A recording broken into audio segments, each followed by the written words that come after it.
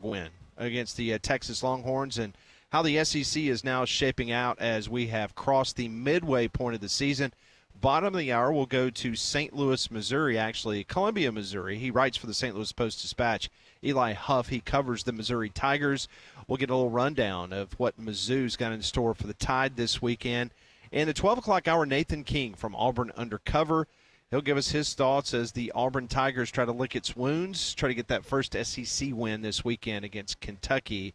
But the doors will open up here at 11 o'clock. We're located on the Taco Terrace here at Social Taco. I've already been alerted by a couple of our listeners. They texted in this morning, and they said that they were going to be here, and it should be a good crowd. So hope to see you here starting at 11. Yeah, it typically is, and we got a nice weather day. And if you can't make it until 2 o'clock out on the patio, 3 to 6 is the half-off happy hour, Monday through Friday here at Social Tacos. So I think the high is going to hit maybe 80 degrees today, but it's not going to be crazy. So enjoy this last bit of warm weather before fall is in full swing. You know, last week when we came on the air, the patio just started building in regards to the attendance. And by the time we left here at 2 o'clock, that place, you could not get a seat outside. Inside was just as packed. So come and enjoy a beautiful day and great food here at Social Taco coming up in just a couple of minutes. So we will spend a lot of time today, obviously, kind of ramping up things. We're kind of done looking back. We're going to try to start looking forward for both Alabama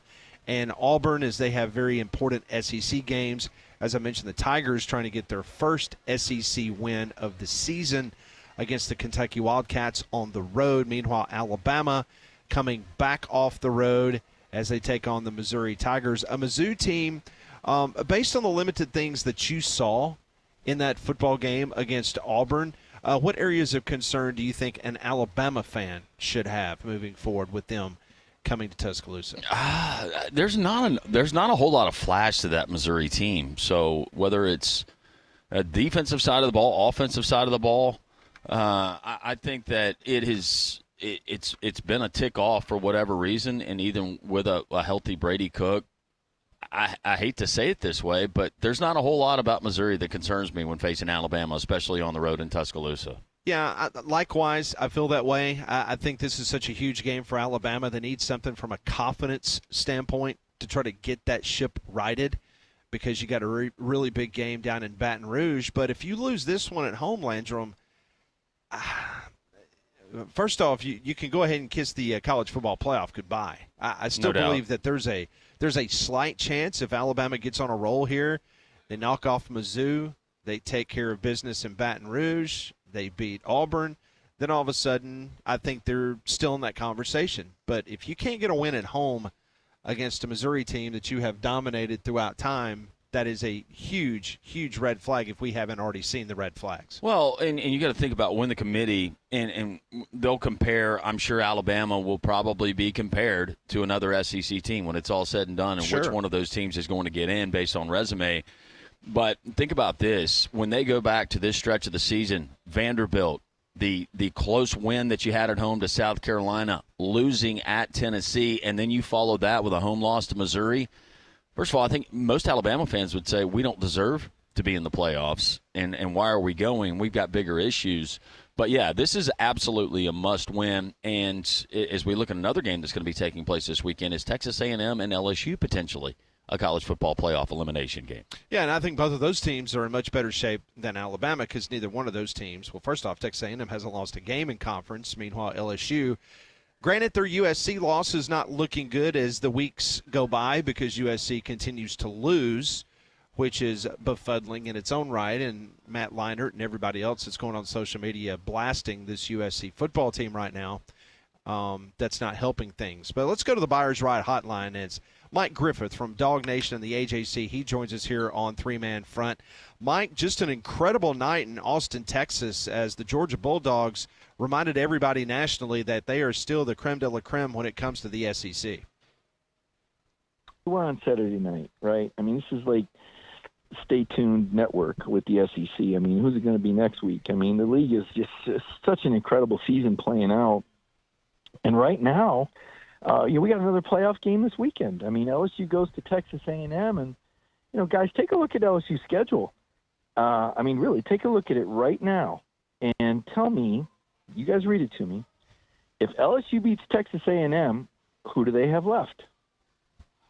We got Alabama. Got at home, right? Baton Rouge. Okay. Mm-hmm.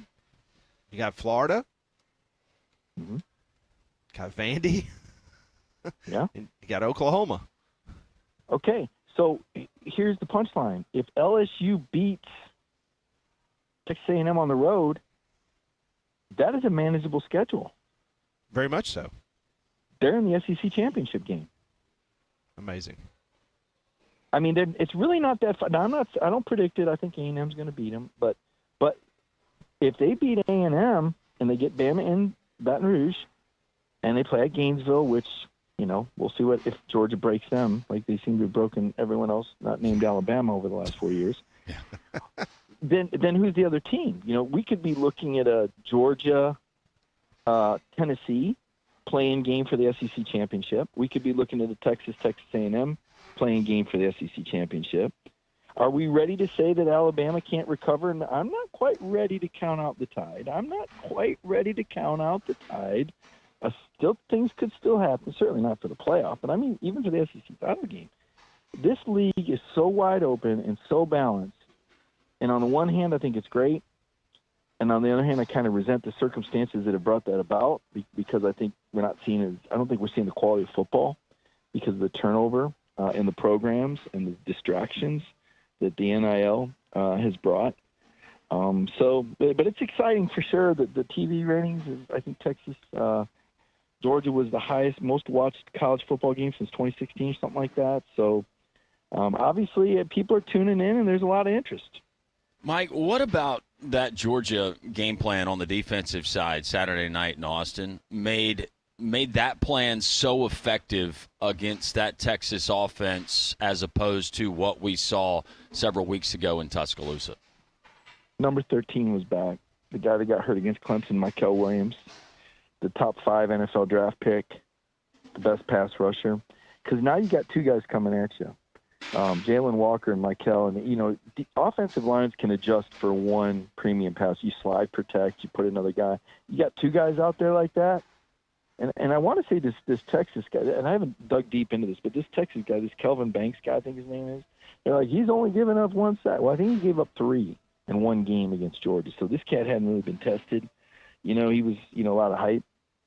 But Georgia got their premier pass rusher back, and one guy can make a difference. I mean, it changes the dynamics. I mean, look at preparing for the Georgia offense with Brock Bowers and without Brock Bowers, right?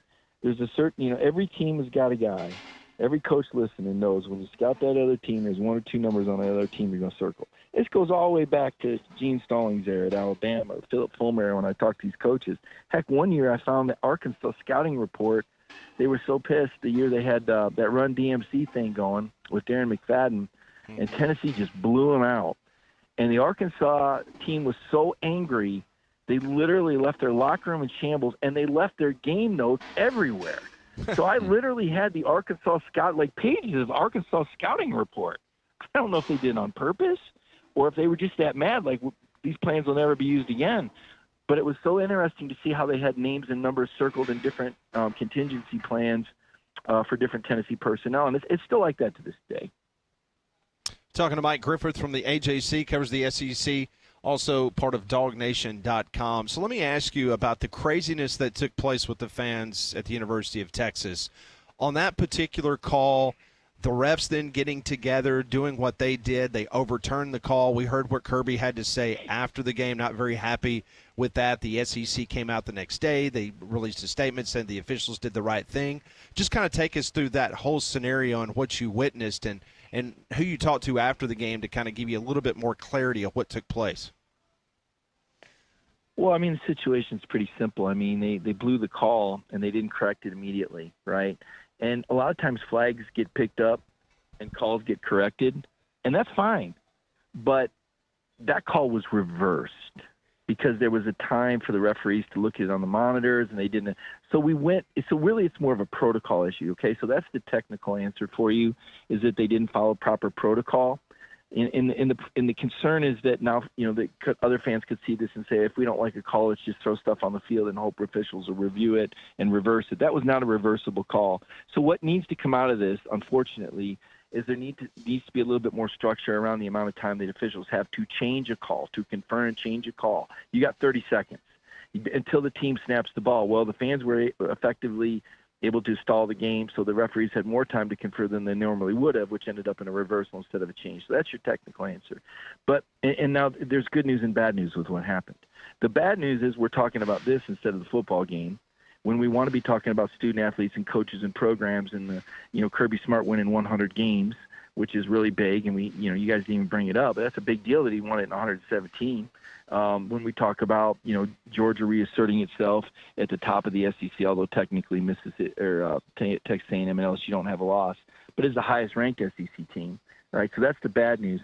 But then here's more good news on the other half, because obviously I've thought a lot about this. When we heard Texas was coming to the SEC, we heard from all the other Big 12 people, get ready. Texas gets everything their way. Don't be surprised if they start throwing their weight around. You say, no, that's not going to happen in the SEC. Oh, no. The heart of the SEC is right there in Birmingham. And if you think for 1 minute that Greg Sankey and these SEC teams are going to cater to Texas, you're crazy. And then they said, guess where the SEC Media Days will be this year? Dallas. Hey, let's take a look at Texas's schedule. Who do they open up against? Mississippi State at home. Oh, well, those are some nice breaks, aren't they? Yeah, they sure are. And then what happens Saturday night? Texas has a call go against them. I think that happens in every SEC stadium, by the way. Yes. At some point in time, a call is going to go against your team. You're not going to like it. You're going to boo. Boo. Texas acted like it was the end of the world. There's a call that went against us. Oh, my God. And it was a pass interference call. Your team has momentum. It's the third quarter. It's not the final play. That's not Lane Kiffin down there that destroyed your program like he did to Tennessee. That's just another team. You got a national television audience. It's the biggest game in your stadium history. And you're going to shout obscenities and throw things, you well-heeled, well-respected university that we're all supposed to bow down to because your great academic reputation and your beautiful city skyline, which has the worst infrastructure in America, by the way, if you ride on the roads. We got to see, folks, we got to see what Texas is really all about on the front end. And you had better believe that every athletic director in the league saw what happened, and everybody's going to have that guard up.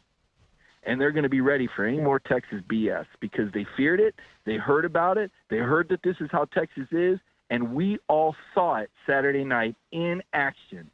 And Greg Sankey, I have no doubt in my mind, will keep order and restore the faith in the league. But we got to see what Texas is all about. This league could not have bent over more for this league, for that program. Moving the media days to Dallas gave them a huge head start. It was a great move. I think it was a good move by the SEC. I think it was the right thing. I think the state of Texas was a wonderful host. The schedule fell the way it did. You can say that playing the worst team in the league at home in their first game was a nice way in. I think it was. I think it's nice they don't have to move their little rivalry game. They're still going to play ball around that. Play it whenever you want. Not only do you get Georgia, you get them at home. Look, that schedule could have gone a lot of different ways. Ask Oklahoma. Not happy with theirs. But Texas had everything catered to them, in my opinion. But the first time there's a bad call, they're going to show their ass and embarrass this league on television. You had better believe that everybody in the SEC is going to be edge of the seat, making sure that Texas does not pull the stuff in this league like they pulled for years and years and years in the Southwest Conference in the Big 12. That's why it's good news. We're being joined by Mike Griffith. He covers the SEC for DogNation.com and also the AJC. All of our guests join us on the Buyers Right Hotline. Two programs that you covered, Mike, in your time as a writer, Alabama and Tennessee. We saw what happened on Rocky Top. After watching this Alabama team up close and personal and from afar, what seems to be missing from that squad here in 2024? Continuity. I mean, it makes me appreciate what Kalen DeBoer did against Georgia that much more. Look, this is a first-year coach with a coaching staff with guys pulled from all over the place. You know, they lost the players through the portal. It was never going to be as easy as DeBoer made it look early. Don't punish the guy because he did a great job coming out of the gate. That's what I say. This is how it's really supposed to look when you get a first-year coach who's had to put a staff together in an ultra-competitive league. the Tennessee game could have gone either way. Let's be honest. It could have gone either way. Alabama could have won it just easy. You could say the Vanderbilt game could have gone either way. And Vanderbilt's pretty good, by the way, as it turns out. The Georgia game. I mean, I don't know that Nick Saban would have a different record right now. In fact, I'm not sure that he would. I've actually made the argument, and you don't have nearly enough time for me to explain this, but I've made the argument that Georgia would have beat Nick Saban if he were still the head coach at Alabama, and that DeBoer was the formula that enabled Jalen Milroe to have that ceiling. Now, we've also seen the floor that Milroe has that maybe he wouldn't have had under Saban, but when I go back in my memory banks and think about that Texas game against Alabama last year in Bryant-Denny Stadium, that Alabama offense didn't look too good to me with Nick Saban against Texas last year. So I'm not so sure that now if Saban was still the coach, maybe Caleb Downs is still hanging around for a minute. But I think DeBoer did some really good things with Jalen Milroe at the start of the year. The bigger question for me is about the NIL and the distractions that you're seeing in all these programs. Is that where Ryan Williams' head has gone? Because I know how he was playing earlier. I know how he's playing now. Is that where Milroe's head? Do they got agents? Do they got people in their ear? And not just Alabama, but everywhere. Did it happen to Georgia? Was the Georgia team culture missing before they got cold water thrown on them and everybody told them they were going to lose at Texas? Right? Because I think this is a problem in college football. Maybe not a problem, but it's a challenge. It's a new reality. It's an unintended consequence that NIL money is going to produce potential pitfalls and distractions that these coaches are going to have to deal with. So I'm not as down on Kalen DeBoer as everybody else is. I think the guy is a great coach. I think he's got a tough situation. I think there's incredible expectations in an incredibly challenging league. I want to see what happens against Missouri, though. I do think this is a game he needs to win. If he loses this game, I'm going to be off the DeBoer bandwagon. But I'm going to give him one more mulligan. I'm going to give him that Tennessee game as a mulligan. It's a rivalry game on the road against a pretty good team, but he needs to take care of business against Missouri. That is Mike Griffith, joins us every Tuesday here on Three Man Front. Mike, always appreciate it. Look forward to catching up with you next Tuesday. Enjoy your week. Thanks, guys. Appreciate it. Have a good weekend. Thank you. You too. That is Mike Griffith joining us on the Buyers Right Hotline here on Three Man Front as we're live at Social Taco until 2 o'clock. Well, do you consider yourself to be a bourbon connoisseur? Because at Twin Peaks in Hoover, they are proud to offer you their exclusive and extensive collection of incredibly rare bourbons, whiskeys, and tequilas. Plus, you can check out their barrel selects that are hand-selected by the team there in Hoover just for you. But supply is limited, so go into Twin Peaks in Hoover this month and see what they will pour up for you. They also sponsor our daily Three-Man Front Twitter poll question of the day. And Molly, what is our question for Taco Tuesday? Which of these fan overreactions is most likely to occur? Is it Bama wins 2 more games, Auburn wins 1 more game, or UAB fails to win another? And right now winning with 39% of our voters is Auburn will win 1 more game. 33 say UAB will fail to win another, and 28 with Bama winning 2 more games. Interesting. Very interesting. You can go vote at the Three-Man Front Twitter poll question of the day, brought to you by Twin Peaks. We're live at Social Taco. We'll be here until 2 o'clock. Pat Smith, Landrum Roberts here on site.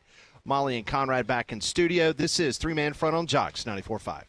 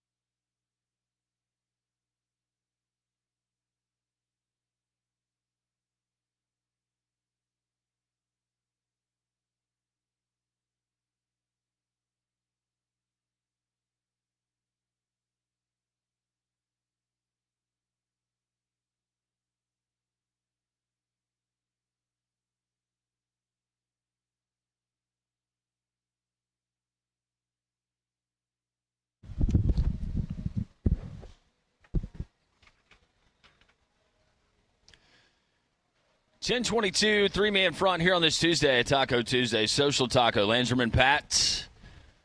Hope you will join us as the doors open at 11 o'clock. We'll continue to tell you about all the great things that they have to offer here at Social Taco. Somebody else who has something great to offer, it's our friends at Roof Max. If you have an old roof thinking it may need to be replaced, before you do that, you got to listen to this. Our friends at Roof Max of Hoover have a professional and affordable roof treatment, scientifically proven, to reduce the aging process of your asphalt roof. With Roof Max, you can have the protection of a brand new roof in only a few hours. Plus, you're going to save thousands with a safe, effective, and affordable natural treatment.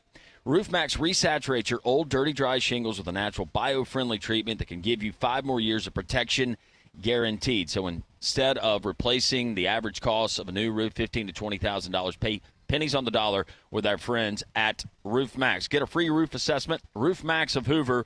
Call or text them at 205-913-2243. Use promo code JOCKS. That's 205-913-2243. Roof Max of Hoover. Make sure you tell them Landrum from Three Man Front sent you. So, man, you want to talk about throwing the hammer down on Texas fans at the University of Texas. It is not all right. Did you see McConaughey send out something on social media yesterday? Yeah, man. I tell you what, that guy, he holds court out there because I feel like if it wasn't McConaughey that sent that out, you get the middle finger from a lot of people. But so let me ask Molly this question, because Molly is the youngest member of Three Man Front. So she is closest because she just graduated college over a year ago. Do you think Matthew McConaughey, whatever message he has to the Texas fans and the students, do you think that resonates? Do you think that age group really cares what Matthew McConaughey has to say? No. Okay. That's what I and that's didn't just think me. so. Yeah. Well, I wouldn't think so. Yeah. Now, maybe somebody a little bit more contemporary with someone at that age, but Matthew McConaughey to someone your age or my age, because of his loyalty and love for the University of Texas and because of the movies and things that he did when you and I were much younger, it would resonate more with people like me and you than it would. Yeah, probably, but that people that are between the ages of 18 and 22, 23 that are still in school. Yeah, but who else are you going to use to target those people? Well, true. I mean, he's got probably one of the largest social media outlets.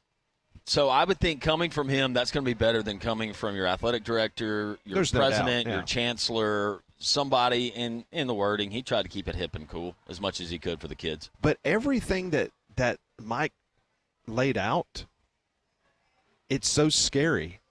From the fact of look at their first conference game. Worst team in the conference. Yeah. Oh, by the way, we've never had SEC football media days west of the Mississippi River. Texas A&M's been in the league since 2012. Don't worry about going to Houston and having SEC football media days. I tell you what we're going to do. We're going to have it in Dallas because Texas is coming on board. Never thought about it. Never even a rough piece of paper in a conference room at the SEC office did they ever think about having an SEC football media days in the state of Texas until Texas comes on board. Yeah. And then you cater to them and give them an absolutely cakewalk first part of their schedule in the SEC. And then all of a sudden, it's like, boom, here you go. Here's Georgia. Well, I think the honeymoon period, and whether that was by design or not, I don't know if I'm buying totally into that conspiracy theory. Well, it's not a conspiracy theory. It's just the way it worked out. I mean, listen. I'm not saying, but the conspiracy theory would be that the SEC consciously catered to Texas because Texas is the new kid in the league, and they had to keep Texas happy. Not what happened. You know what I'm saying? Yeah. Well, just like the fact that they gave Oklahoma an opportunity, to play Tennessee. Right. Well, yes, home. Yeah, but this will go away. And if you want to be the favorite son of this conference, well, you better win championships, and you better not show your ass on national television, which is what happened on Saturday night. That was not a good look for Texas, and it actually kind of proves what we heard about Texas and Texas fans before they came into the league. Entitled bunch. At times, not a whole lot to show for it, but they think that it's got to be their way or the highway. That was a bad look on Saturday. No doubt about it. 1-800-239-WJOX. Let's go to the phone. Stevie is first up here on Three Man Front. Hey, Stevie. Good morning, Stevie.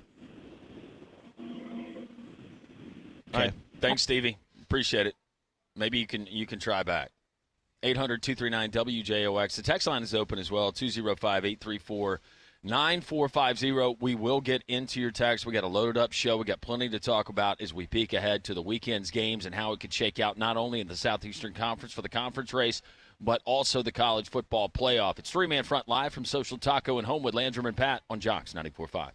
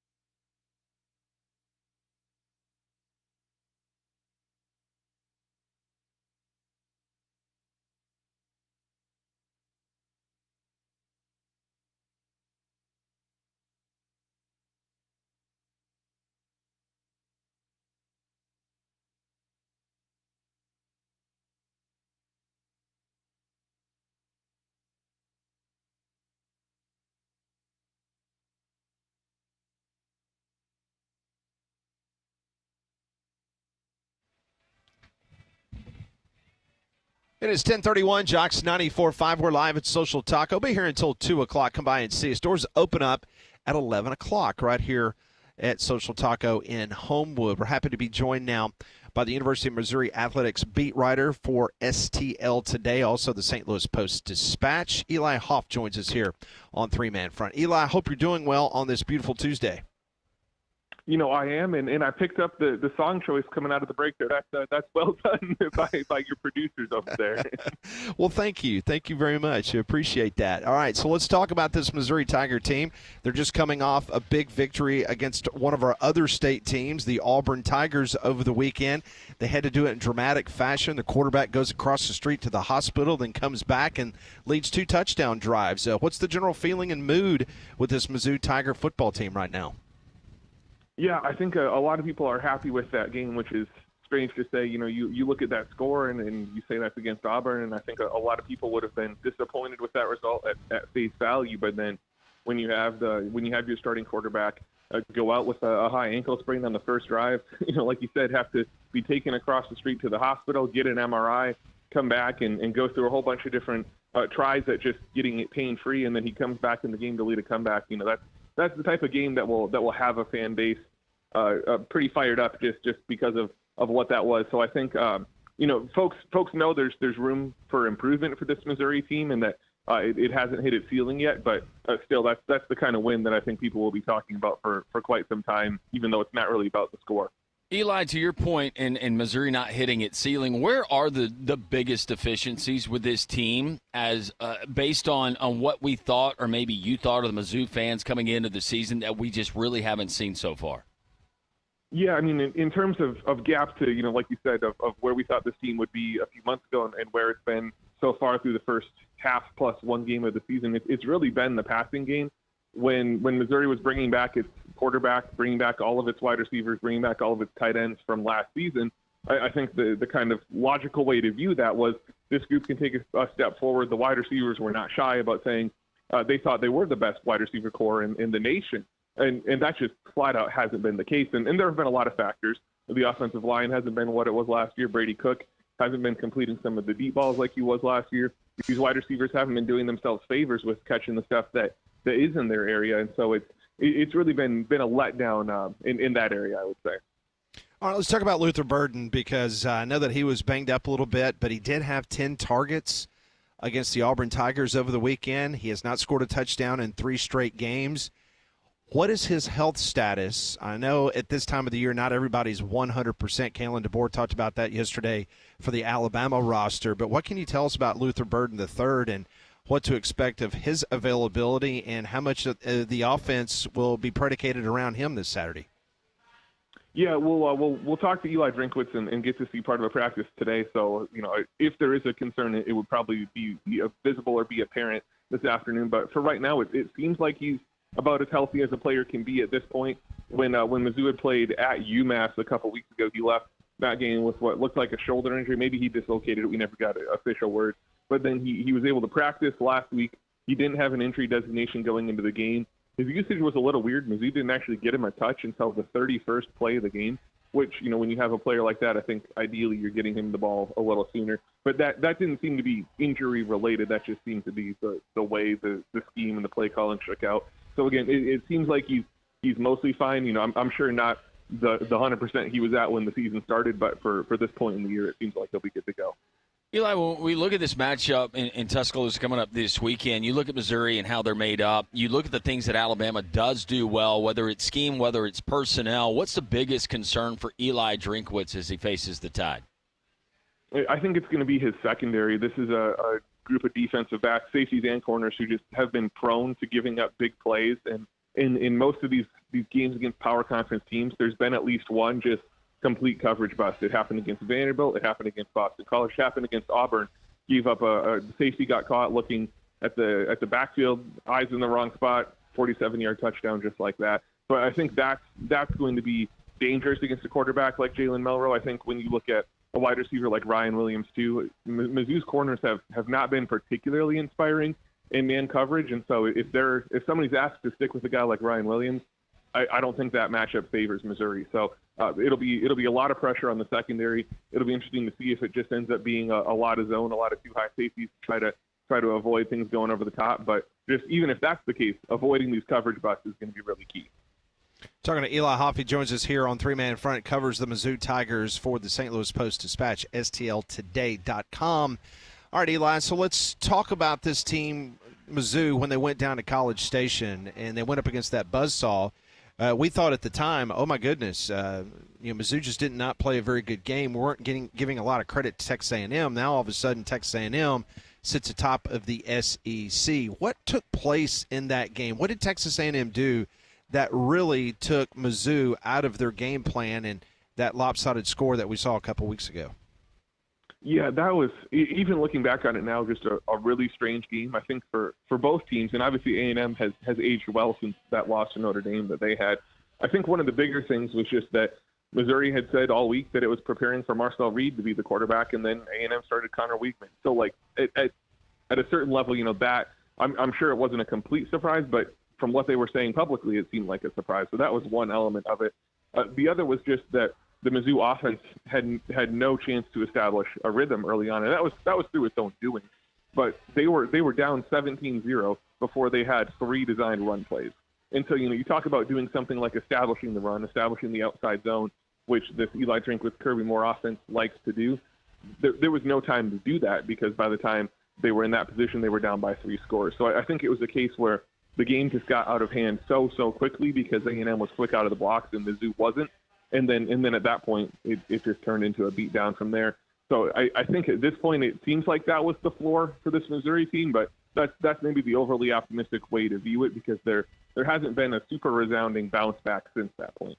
How much talk is there from your readers, from Missouri fans that you interact with about the college football playoff? Because since that loss there in College Station, the Missouri Tigers and any buzz that they had, it's kind of died down. After Alabama, I think that, they can win the rest of their games. How much talk is there, and do a lot of people view this weekend as maybe an elimination game when it comes to Missouri and a college football playoff berth? Yeah, there's still talk, not as much as there were at the beginning of the season, or not as much as there was at the beginning of the season. And what you said there at the end, that's right. I think a lot of people are viewing this as an elimination game because if Mizzou loses this weekend, like you said, it can still win out, which would be 10-2. But that's a 10-2 with losses to A&M and Alabama, which probably aren't terrible losses. But then this team's signature win is whatever maybe Oklahoma is, South Carolina, Boston College, Vanderbilt. Like these are teams that are can beat somebody on any given weekend, except for maybe Oklahoma. But they're not signature wins. They're not going to give you a great resume that I think will stand out in the eyes of the committee. And if there's a bunch of SEC teams level at 10-2, I don't think Mizzou's going to be making the case that there should be 6 SEC teams in the playoff or something like that. So in that sense, it does feel like a little bit of an elimination game where if Mizzou loses this weekend, it probably will not control its own destiny as far as getting into the CFP and face an uphill battle. But if Mizzou can find a way to get past the Tide this weekend, then all of a sudden 11-1 is still on the table, and that obviously will look a lot better to the committee. I know you cover Mizzou. You do not cover the University of Alabama firsthand. You will see Alabama on the field on Saturday, but I'm just curious, from afar, the treetop version, what is your assessment of this year's team under Kalen DeBoer, and what maybe keeps Eli Drinkwitz up at night? Is it the fact that the secondary that you pointed out earlier, or is there other aspects of this Alabama football team that would concern Eli and the rest of that coaching staff? Yeah, I mean, I think at a certain level, the individual talent of guys like Milroe, guys like Ryan Williams, that's just tough for any coach to go against. But that's part of being in the SEC, right? You go against guys every single week who will be spending the next year playing on Sundays. That's part of what this league is. So I don't think that's necessarily shocking. I think what might be a little concerning is if this Alabama team starts entering desperation mode and just what that looks like.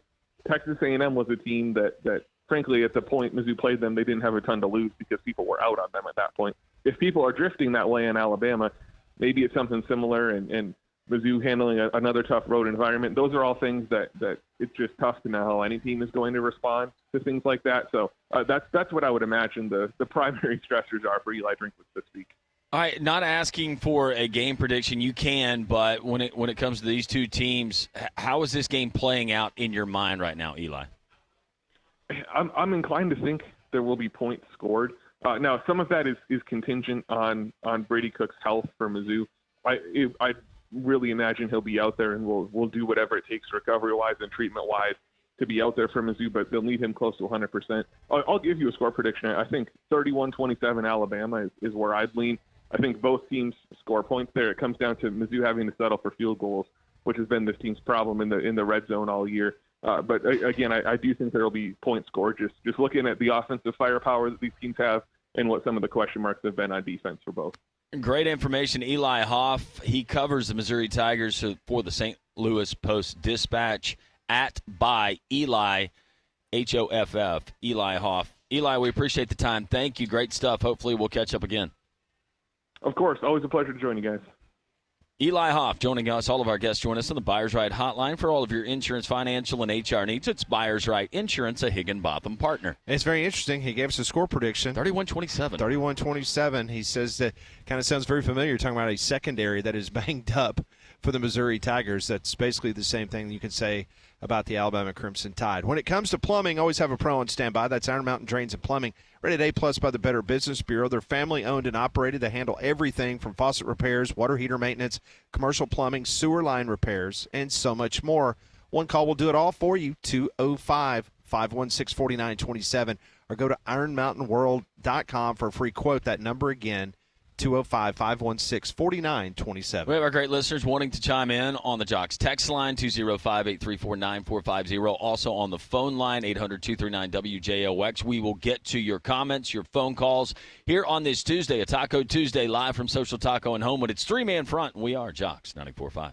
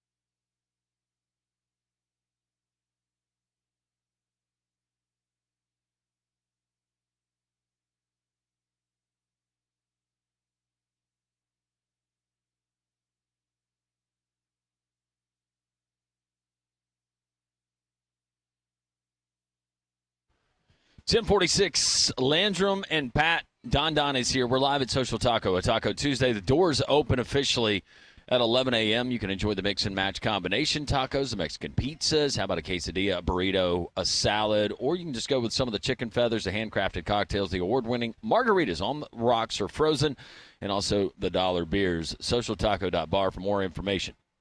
You see the warning signs all the time. If you're a homeowner, the windows or doors that stick, cracks in the brick or the block, leaning or those bone walls in the basement, settling or sinking of your house.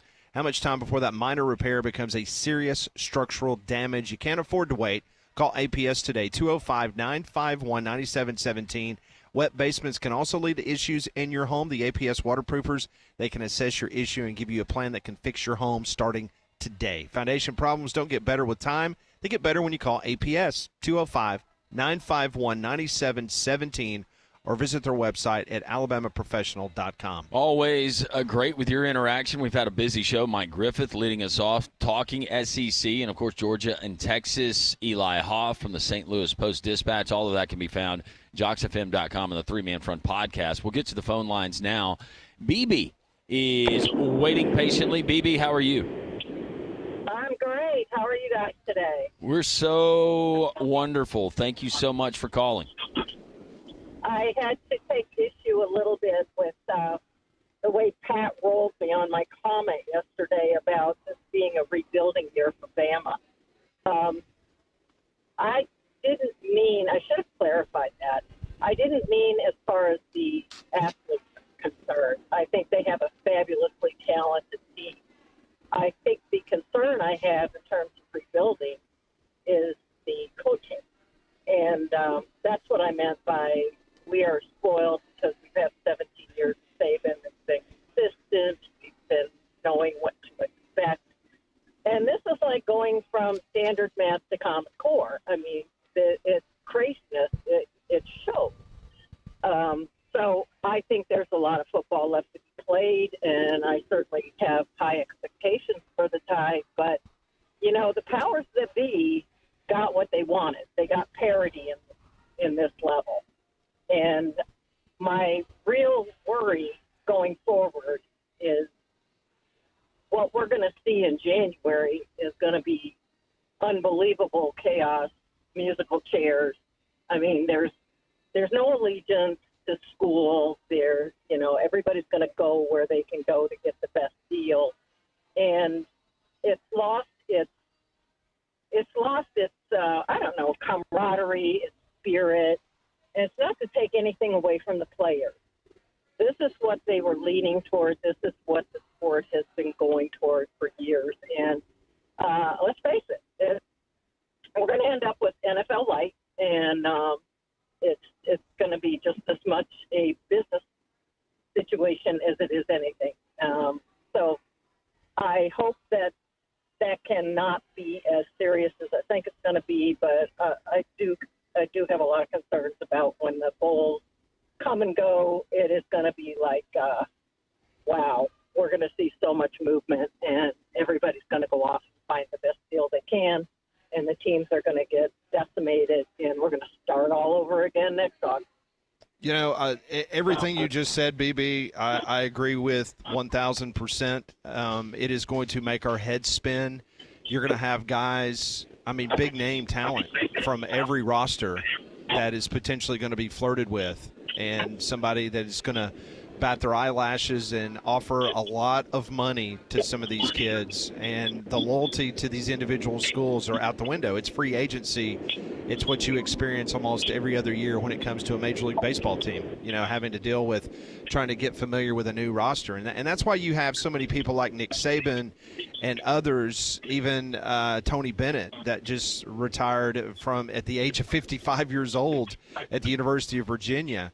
It's because it is so daggum difficult to not only coach and be successful, but now you've got to literally, Landrum, recruit your roster every single day. And Hugh Freeze brought that up yesterday, how much you have to do to make sure the people in your locker room are taken care of before you can go out and start thinking about recruiting or doing anything else. It's taking away from game planning what could be best for your team to make sure that a guy, he's the focal point and trying to make sure that he's involved.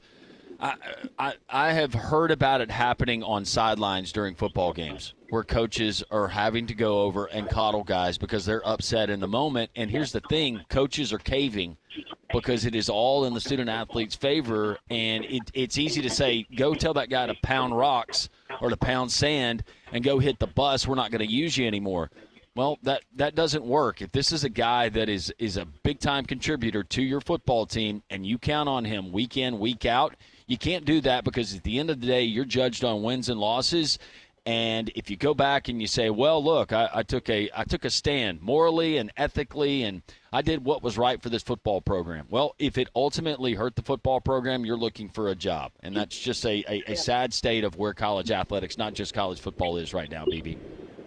And just one final comment. I think we should pay close attention over the next few years at just how the schools, how the fans start to react to all this. Because when they stop showing up for game day, when they stop getting all hyped up for everything, I mean, you will know that we've really turned Sirius corner. And I hope that day never comes. But anyway, I wish you all having fun today. Can't make it today. I have a hot date with my dermatologist. So, all right. I will hopefully see you all next week. So have a good Thank you, time. BB. Thank you, BB. Have a good appreciate day. you, dear.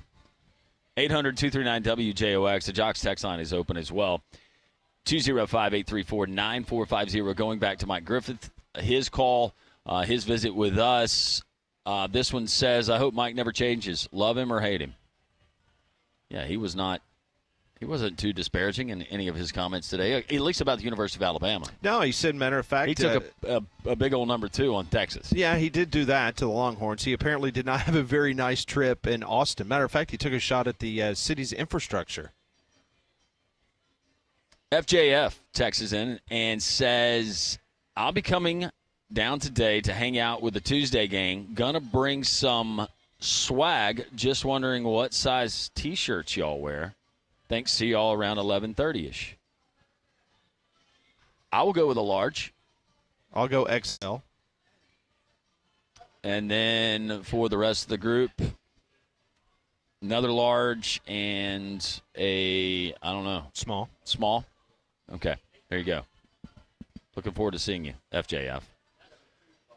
Were the Texas fans, Posey asked, if the Texas fans were given a warning for throwing stuff on the field? I don't think you get a warning for throwing crap on the field. I think that's kind of understood. You don't do it.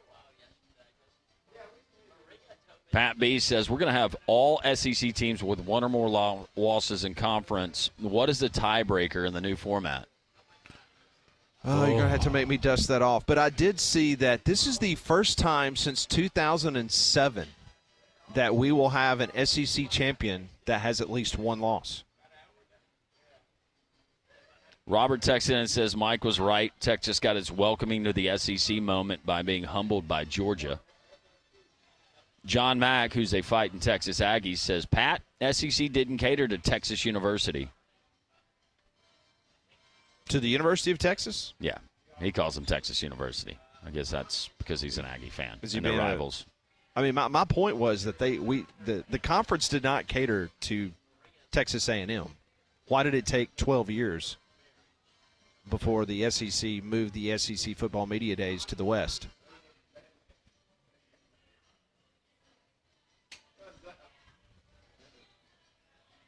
Because Texas is a bigger brand? Okay. Do you agree? Texas being a bigger brand? Texas A&M's pretty big. Yeah. This one rolls in. Bama will not be ranked by the end of the season. I disagree. Casey texting in, and he is not happy with the fake injuries on the substitutions for Bama. As much as a different situation than what we have seen from the typical fake injuries. As a Bama fan, I absolutely do not agree with fake injuries, but given the circumstances, it seemed different. What are y'all's thoughts? I think it's going to continue to be something, just depending on the game and situationally when it happens, that people bitch about. But ultimately, how are you going to prove intent?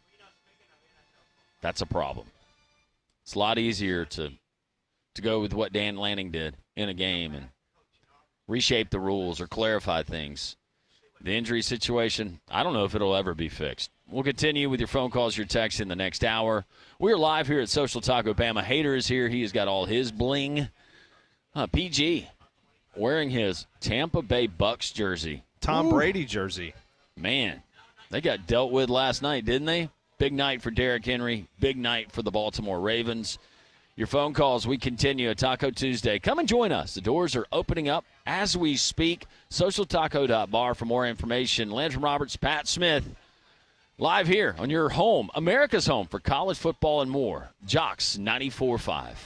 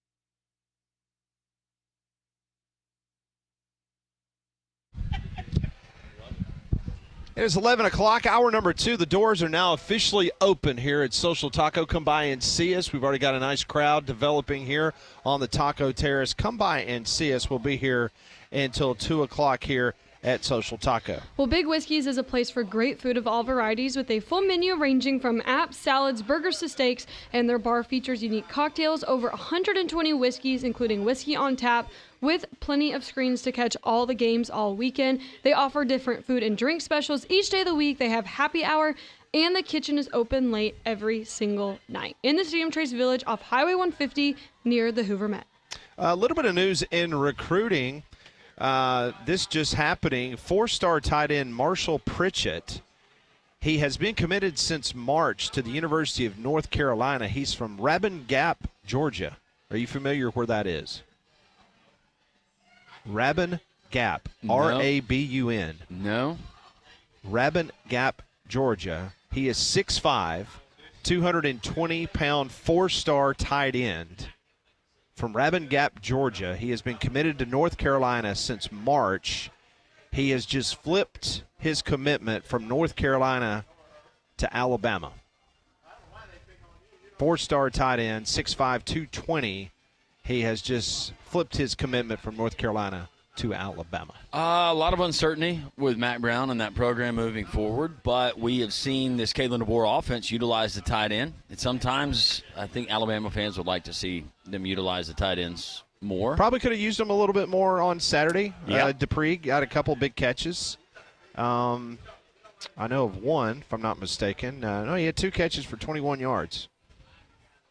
So he's been utilized at times. But that, once again, recruiting, it is the lifeblood of a program.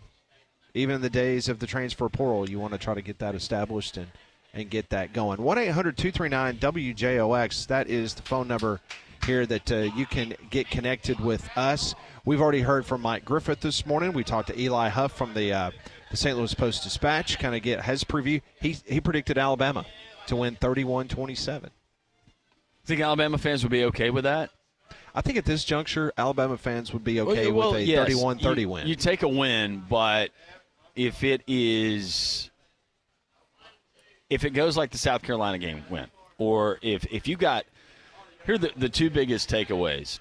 Milroe, if he can have a good game, a clean game, that will maybe put to rest some of the criticism there. But also undisciplined plays. Wouldn't you say that those are the 2 biggest things that we're hearing right now from Alabama fans? No doubt. Discipline of this team and Jalen Milroe reverting back to bad Jalen Milroe, as opposed to what we saw versus Georgia and other times throughout his career. I think right now just the psychological makeup of not only the fan base but possibly what's going on in that locker room, that a win could not come at a better time. Like you would need something positive to happen on that football field moving forward, because with LSU down the pike, no matter what happens with LSU against Texas A&M, they're still going to be high up on that SEC standings. LSU will be. And so you're fighting for your life. And remember, before the season, no matter who we talked to, whether it's Matt Moscona down in Baton Rouge or Sean Fox there in Monroe, Louisiana, what did we talk about? We talked about the Alabama-LSU game potentially being an elimination game for the college football playoff. You want to get to Baton Rouge with that conversation, because if you lose to Missouri, it's over. It's done. It's over. Like, we're not having that conversation. And the reason it's over is because unexpectedly we've had LSU. Now, I thought that LSU was going to be an outside a dark horse contender for the college football playoff, because not many people, if you did, I know at least on our show, had LSU penciled in if the SEC was going to get 4 into the playoff prior to the start of the season. Same could be said for Texas A&M. And you look at how their season started. They had more key matchups, both falling. Texas A&M at home to Notre Dame, but they got some things figured out, especially on the offensive side of the ball. And then what we have seen from this LSU team against USC, it looked like, okay, the defense, they're still not going to be able to do it. They got to figure things out, run the football more.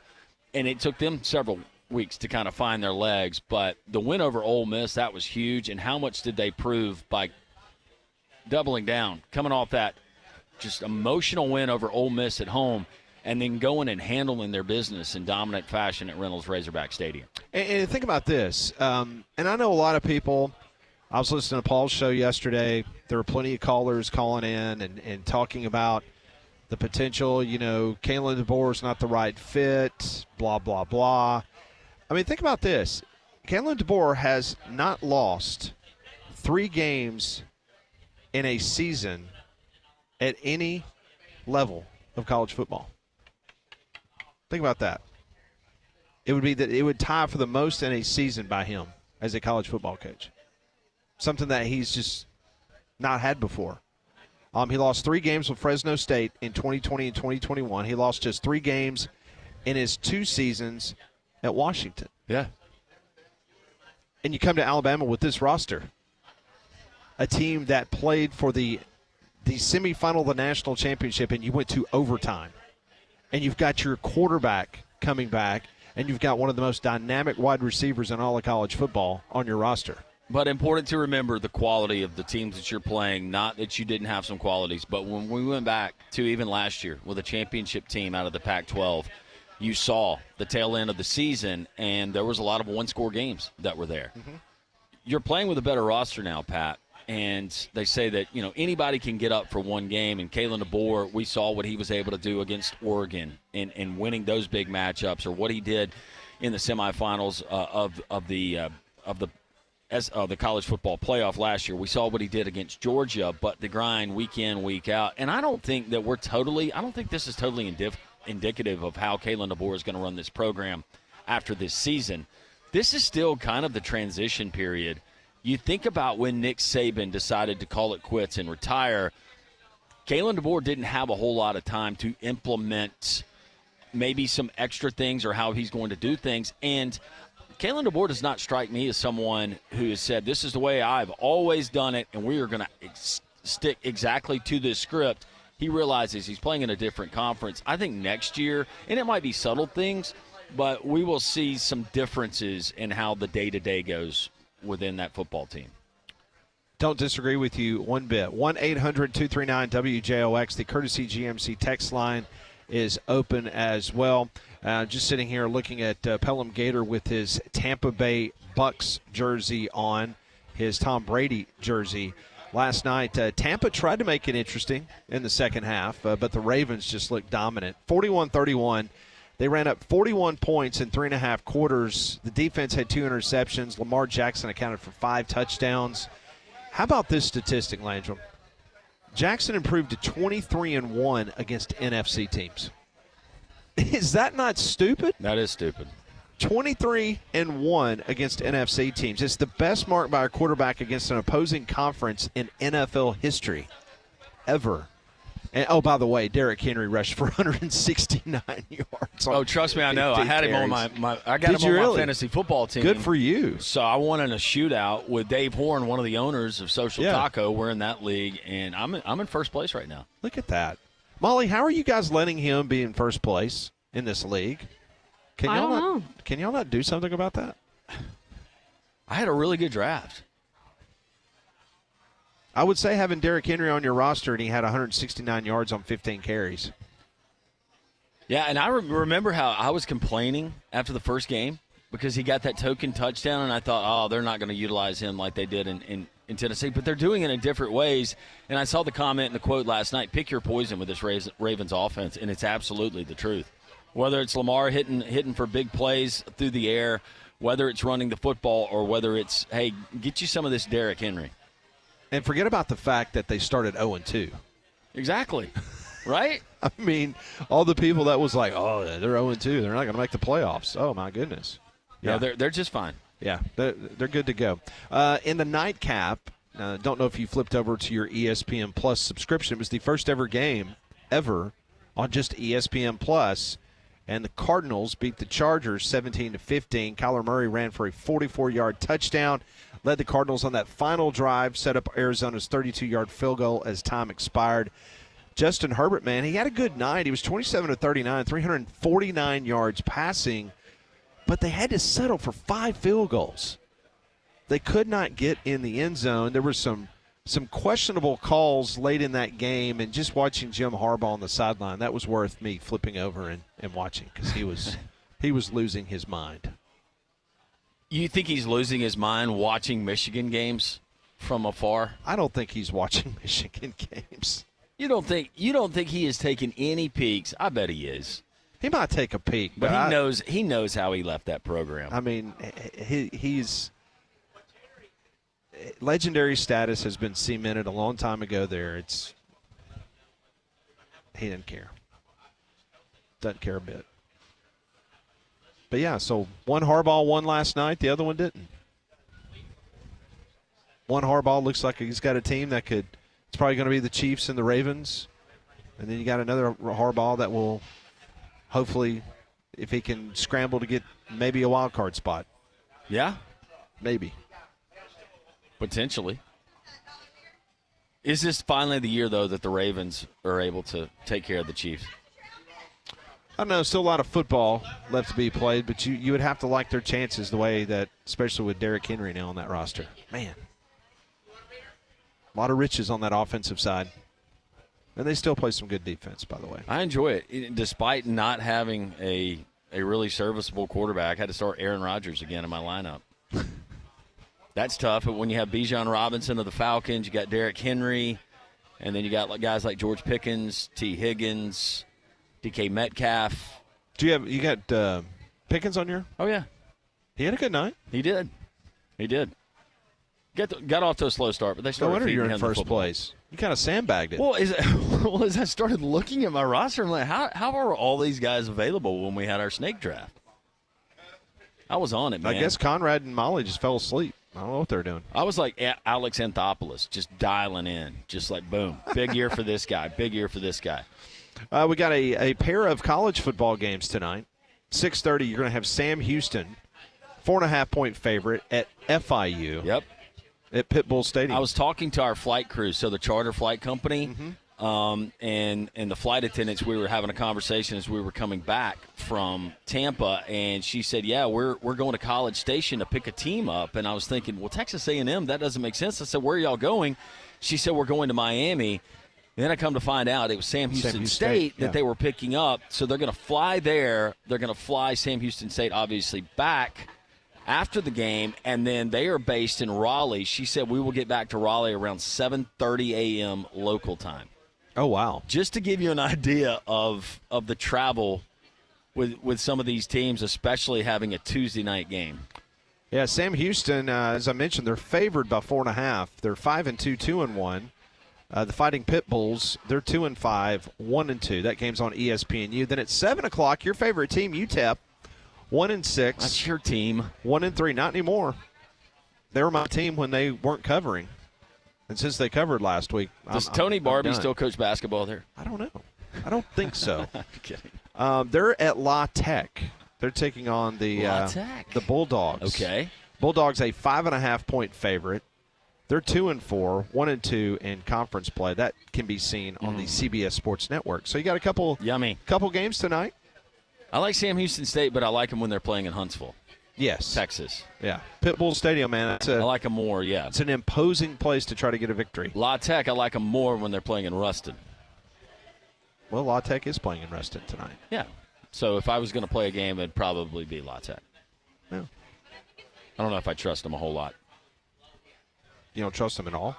Man, these Tuesday night games, it's just hard to. I know y'all's philosophy. None of y'all like these midweek games like I do.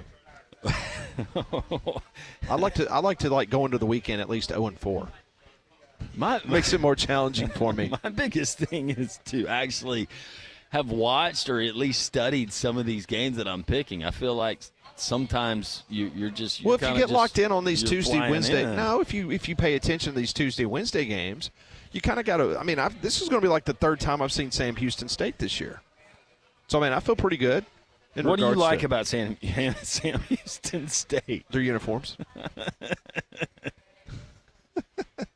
The type of orange. Okay. Looks good. That's what you like about them. Mm-hmm. All right, what you're going to love is a viewing experience you're going to get at Rambler Sports Bar and Grill there at the Finnick, 1630 2nd Avenue South near Railroad Park. Starting tomorrow, Wednesday lunch through Sunday night football. They've got the giant video boards, the huge projector screen. It's all in high def. The optimum sound quality you're going to get there is amazing. Amazing food and drinks as well. Go and enjoy whether it's Wednesday night football, whether it's the World Series, whether it's Thursday night, Friday night football, Alabama, Missouri coming up this weekend, Auburn and Kentucky, all the big games. And you're actually going to be able to hear the games as they're being played there at Rambler Sports Bar and Grill. Rambler Sports Bar and Grill at the Finnick, 1630 2nd Avenue South near Railroad Park. Let me come back on three-man front. We told you yesterday that East Carolina made the first firing official in the FBS as they got rid of their head coach over the weekend.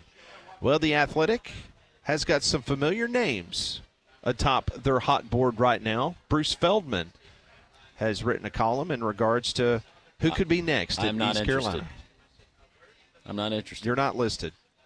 Purple is not my color. But I will tell you that there's two names on this list that you and I can get both of those individuals on the phone immediately, if that gives you a hint. It does. We will tell you a couple of those names of note for East Carolina when we come back. This is Three-Man Front. We're live at Social Taco on Jocks 94.5.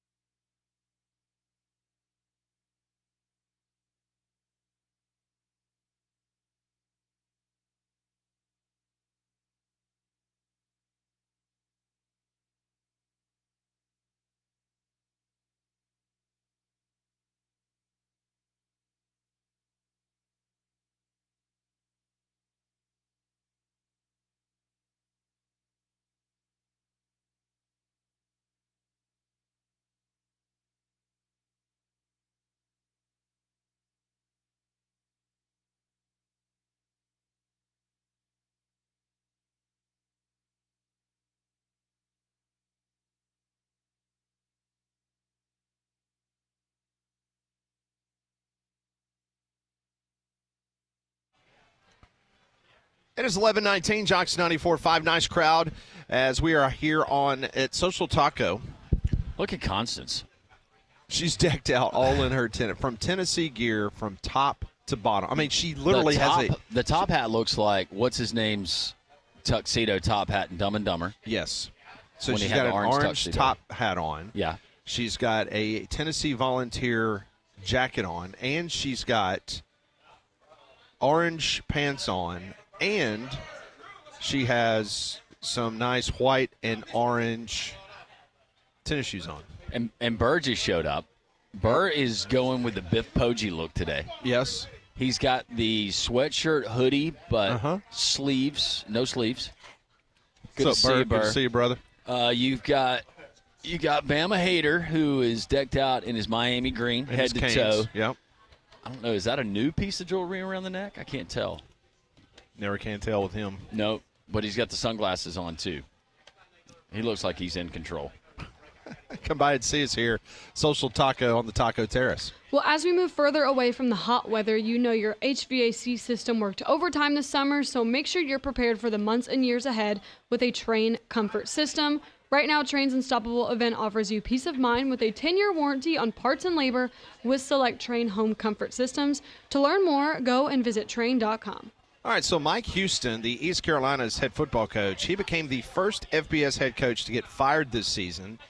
Houston had won big at James Madison. He went 37-6 overall with a national championship at the FCS level, but he led the Pirates to just 2 bowl games in his first 4 seasons. They went 2-10 last year, and things took a bad turn this season after ECU got crushed by 31 at the hands of Charlotte and Biff Poggi. That'll get you. Yeah, that was not good. And then they lost 45-28 to Army last weekend, made it 4 losses out of the last 5 games. So that was it for Houston. So he is out. So Bruce Feldman, outstanding writer for The Athletic, he has pinned the hot board list according to his sources. Coming in, and I'm looking at this. I do not believe this is an alphabetical order, so this is the way he put it in his article. Okay. Western Kentucky head coach Tyson Helton. All right. He's been trying to get out of there for a while. Yep, a former Tennessee offensive coordinator. He's done an outstanding job. He's 45-28. He is 31-11 in 6 seasons in Conference USA play. So Tyson Helton is the first name on the list. Okay.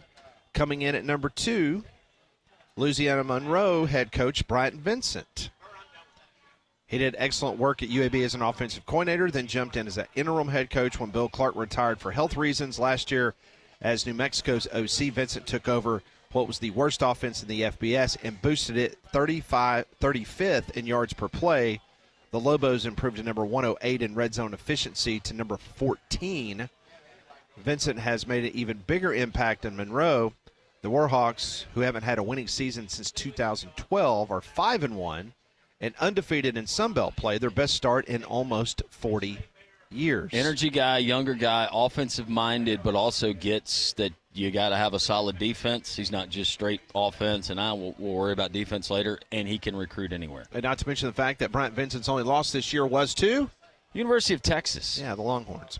Coming in next on Bruce Feldman's list of potential candidates for the East Carolina job, former UAB coach Bill Clark, current host of the Bill Clark Show on WJOX Radio in Birmingham, heard each Thursday night from 6 to 6. Can you believe Bruce put all this in his article? I appreciate all the love he gave us. Thank you, Bruce. Vincent's old boss is said to be in great shape and great spirits. He is. And looking to coach again. I'm not going to answer that one. Clark, 56, won the Eddie Robinson Coach of the Year award in 2018 after leading the Blazers to an 11-3 record, thriving in a place that faced challenges like no other FBS program. In 6 seasons there, Clark went 32-12 in Conference USA play and was 49-26. He just knows how to win and run a program in spite of hurdles and headaches. I'm not, well, I'll be speaking for him if I say anything. My whole thing is I think it's got to be really set up. You can agree with me. I don't think Bill Clark is just going to jump back into coaching if it's not just an ideal setup for him.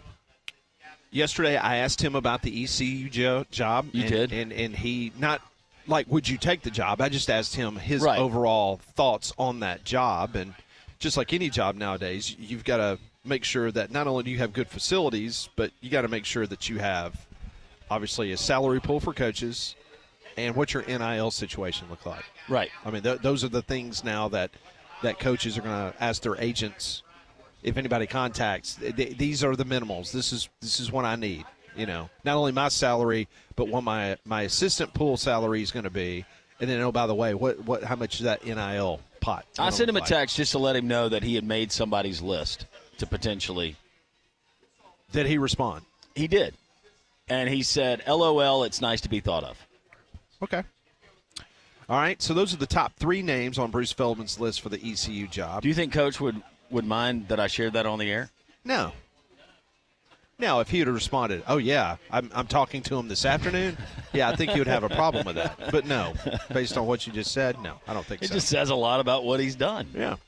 Jacksonville Jags running backs coach Jerry Mack. He's 43 years old. Don't know Jerry. He spent 3 seasons at Tennessee under Josh Heupel. Okay. Let's see here. Miami offensive coordinator Shannon Dawson. As Bama Hater perks up when I just said that. He is an emerging top candidate. He's 47 years old. He began his coaching career in the state of North Carolina at Division II Wingate University. Okay. You know where Wingate is?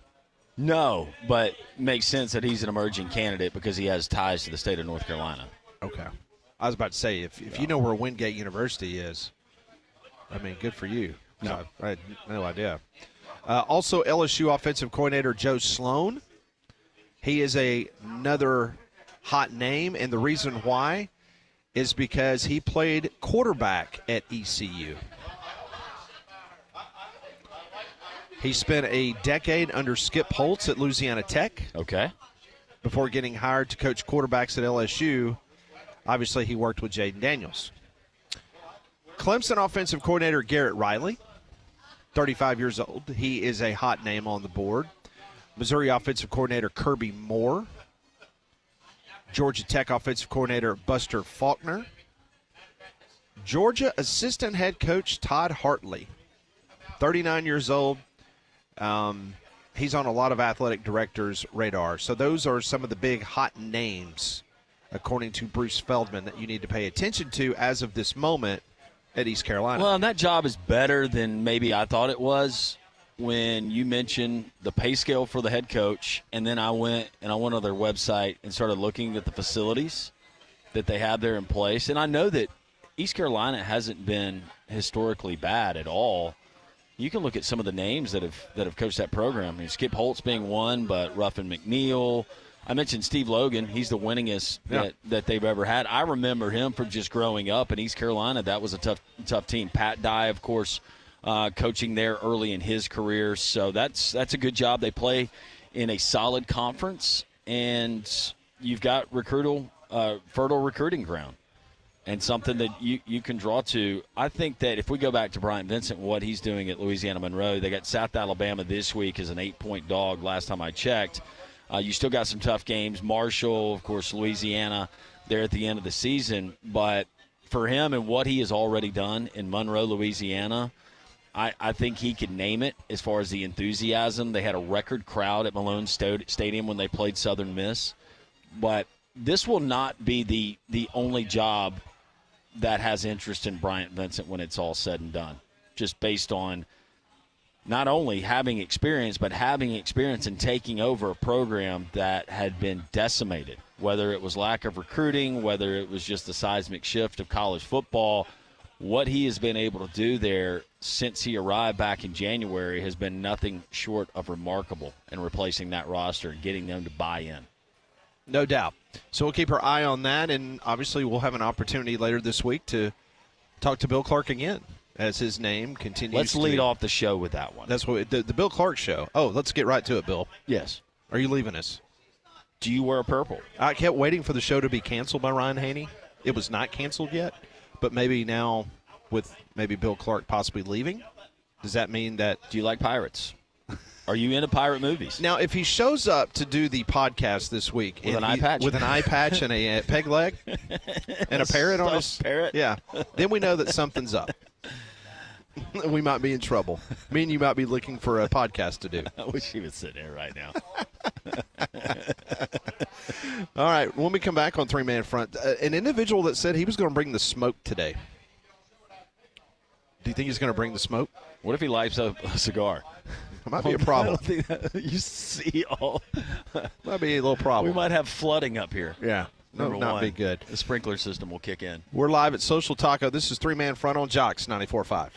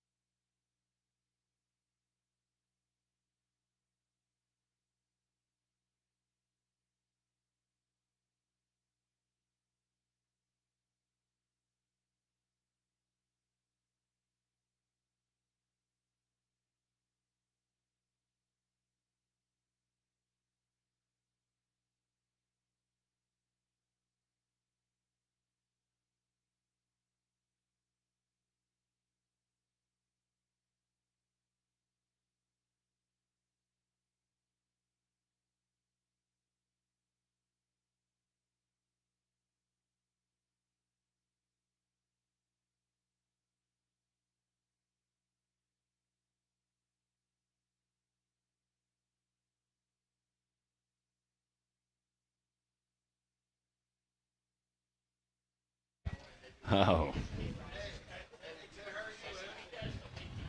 11:33. Hanging out here at Social Taco. Come and join us. By the way, a listener letting Molly know in the studio, Jocks 94.5, apparently on 280 by the Home Depot, there is a bad accident, and I'm guessing that it is coming into town and not going out. But for whatever reason, traffic is backed up, and that individual is going to be late. But you can join us as we broadcast until 2 o'clock here at Social Taco, socialtaco.bar. Taylor Hughes, one of the owners, coming up and saying hello. We have just a lot of people. Gringo just showed up. Burr is here. Constance dressed up in her Tennessee head-to-toe gear. We got Pelham Gator, of course. Don, who has now moved on to basketball season with his Auburn March Madness shirt and a Miami hat to support our next guest who's going to be joining us in just a moment. But Don has moved on to basketball season. Yeah, he's already punted the football team this year. Maybe not a bad idea. Also not a bad idea, from daily exercisers and youth athletes to elite professionals, UAB Sports and Exercise Medicine treats everyone with the same level of exceptional care with board-certified professionals, state-of-the-art imaging and injury prevention programs. Their comprehensive team is here to keep you in the game. Visit uabmedicine.org/sports or call 205-930-8339 to make an appointment. UAB Sports and Exercise Medicine, knowledge moving medicine forward. All right, before we bring Bama Hader on, who told us yesterday he was going to bring the smoke today, I want to take you back to yesterday afternoon. The final moments of the Paul Feinbaum show. This is what Legend had to say about the current status of the University of Alabama football team. Greg Barnes, I blame you for this crap. Get it straight. Run this crew out of town now. This is a disaster. And look at that list again and see if you got a real coach on the list. I ain't left the building. I've kicked the damn door down because I'm pissed off at this crap. This ain't Alabama football, and any Alabama fan that accepts it ain't a real damn fan. Bama Hader, good to see you. Who did he blame to start the phone call? Greg Byrne. Oh, Greg Byrne. Okay. Greg Byrne. What's up, Bama Hader? Hey, man. SMH. I know what it means clearly now. Did you just hear that garbage? Now, after the Georgia game, no, let's go back. Let's go back to July, August, whenever they hired DeBoer. And then it was January. Okay, they beat Georgia, and this is what you heard from Legend. Man, we've got the best coach available. He's the next Saban, blah, blah, blah, blah, when they beat Georgia. Fast forward to the butt whooping by Vanderbilt. Now they want him fired. Back to this past Saturday, they lost to Tennessee. Legend goes on, and he wants the offensive coordinator fired, the defensive coordinator fired. DeBoer needs to be fired. We're not playing Alabama football. Yes, you are. You just don't have what you thought you had. And I told you guys this preseason, Alabama's going to lose at least 3 games this year, and they're on the doorstep right now. So all of that yelling and screaming and complaining and making excuses Legend does, it's just funny to me. It is. It is funny. What's also funny or not funny, your Miami Hurricanes just continue to win. They got in a shootout on Saturday. I thought Louisville was going to do it there at home, but Miami, they continue to put up points. Defense, I don't think either team decided that they were going to do that on Saturday. But when's the last time you felt this good about Miami in season? 2000, the last season that Mark Richt was the coach, and we were number 3 in the playoff poll, and we stunk it up after that, and we lost the final 3 games. So I guess it was, 2014, maybe 15? I don't know for sure. But the last time Mark Richt was the coach. Do you believe that Miami is the best team in the ACC as it stands right now, or is Clemson just that other team where you say, I want to see it. I want to see that head-to-head? I think Miami is the best team right now, but I'm not putting any team down because of what I said preseason a couple of years ago. The NIL and the transfer portal is making the playing field level. You can be beaten by anybody at any time. So right now, with the record, yes, we're the best, but Clemson, they only lost 1 game, and it's to Georgia. And while we're on that Georgia subject, Texas is not going anywhere, in my opinion, with yours, because I think the coach is just showing loyalty to him at this point. He's not the same. He doesn't throw the same. He can't escape any rush. So if it was my team, I would go with Manning. I don't think they're going too far with yours. All right, so let's go back to Miami because you've got the number 1 offense in America. Right now you've got the leading candidate for the Heisman Trophy. In your opinion right now on this Miami team, what would be the Achilles? The defense. There are certain plays. And we saw that at Louisville. I mean, right. Louisville had opportunities. There are certain plays by the opposing offense. Every single game, Miami's going to give up big plays. But to counter that, if Miami has the ball at the end, you're vulnerable. Cam Ward is going to get it done one way or the other. So if Miami has the ball last, we got an opportunity to win the game. But you're still number 1 in the ACC in total defense. Well, I guess the defense in the ACC is trash. Well, I mean, in looking at the rest of the schedule, I realize that anybody can beat anybody. Well, you put up 100 against Florida State this week. But goodness gracious, you got Florida State, you got Duke at home, you go to Georgia Tech and play them, you got Wake Forest at home, Carrier Dome, that could be tricky. Usually is going up to Syracuse, but man, it's there. The chalk is there. Man, Miami should be undefeated when it's all said and done. The Syracuse game is going to be scary because we always have issues in the Carrier Dome. Plus, those guys have a Heisman candidate themselves. Good quarterback. So that's not going to be a cakewalk. Just like Pat just said about the Florida State game. I mean, are you going to take it easy on FSU, Dave? Yeah. I'm only going to pound the Bama fans. But as far as the FSU Miami game, man, it's just another rivalry game. It's just like Alabama-Auburn. Auburn had Alabama beat last year. They was not supposed to be anywhere close. So, hey, the Florida State-Miami game, it may be the same way Saturday. All right, so when you look at this Alabama team, what do you think is the biggest problem right now? Why are they not, with the talent that they have on that roster, in your opinion, why is Alabama not succeeding? Is it what Legend said? Is it the coaching staff not getting the most out of their players? What do you think? No, it can't be that, and I'm going to say that because he didn't say that when they beat Georgia. And they were undefeated, so you can't bring it up when you lose. I think the biggest problem Alabama has is egos. It's some jealousy. It has to be going on somewhere on that team. You got one player making a certain amount of money in NIL. You know what I mean? So, and some players, they're not getting as much. Some players, they may not be getting any. And the argument or the complaints that I heard from Bama fans over the weekend was, hey, man, he passed the ball 40-plus times, and he targeted Williams 20 times. So are you complaining that he's targeting him now, but you were bragging about 4 plus 2 equals 6 a few weeks ago? So what does 4 plus 2 equal today? 5 and 2? I mean, you can't have it both ways.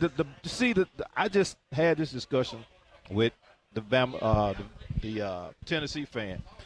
When Bama fans win, they're the best thing since Remy Martin 1724. They don't even sell that in Alabama, and that's my favorite drink of choice. You go Sprite with it? No, man. No. Okay.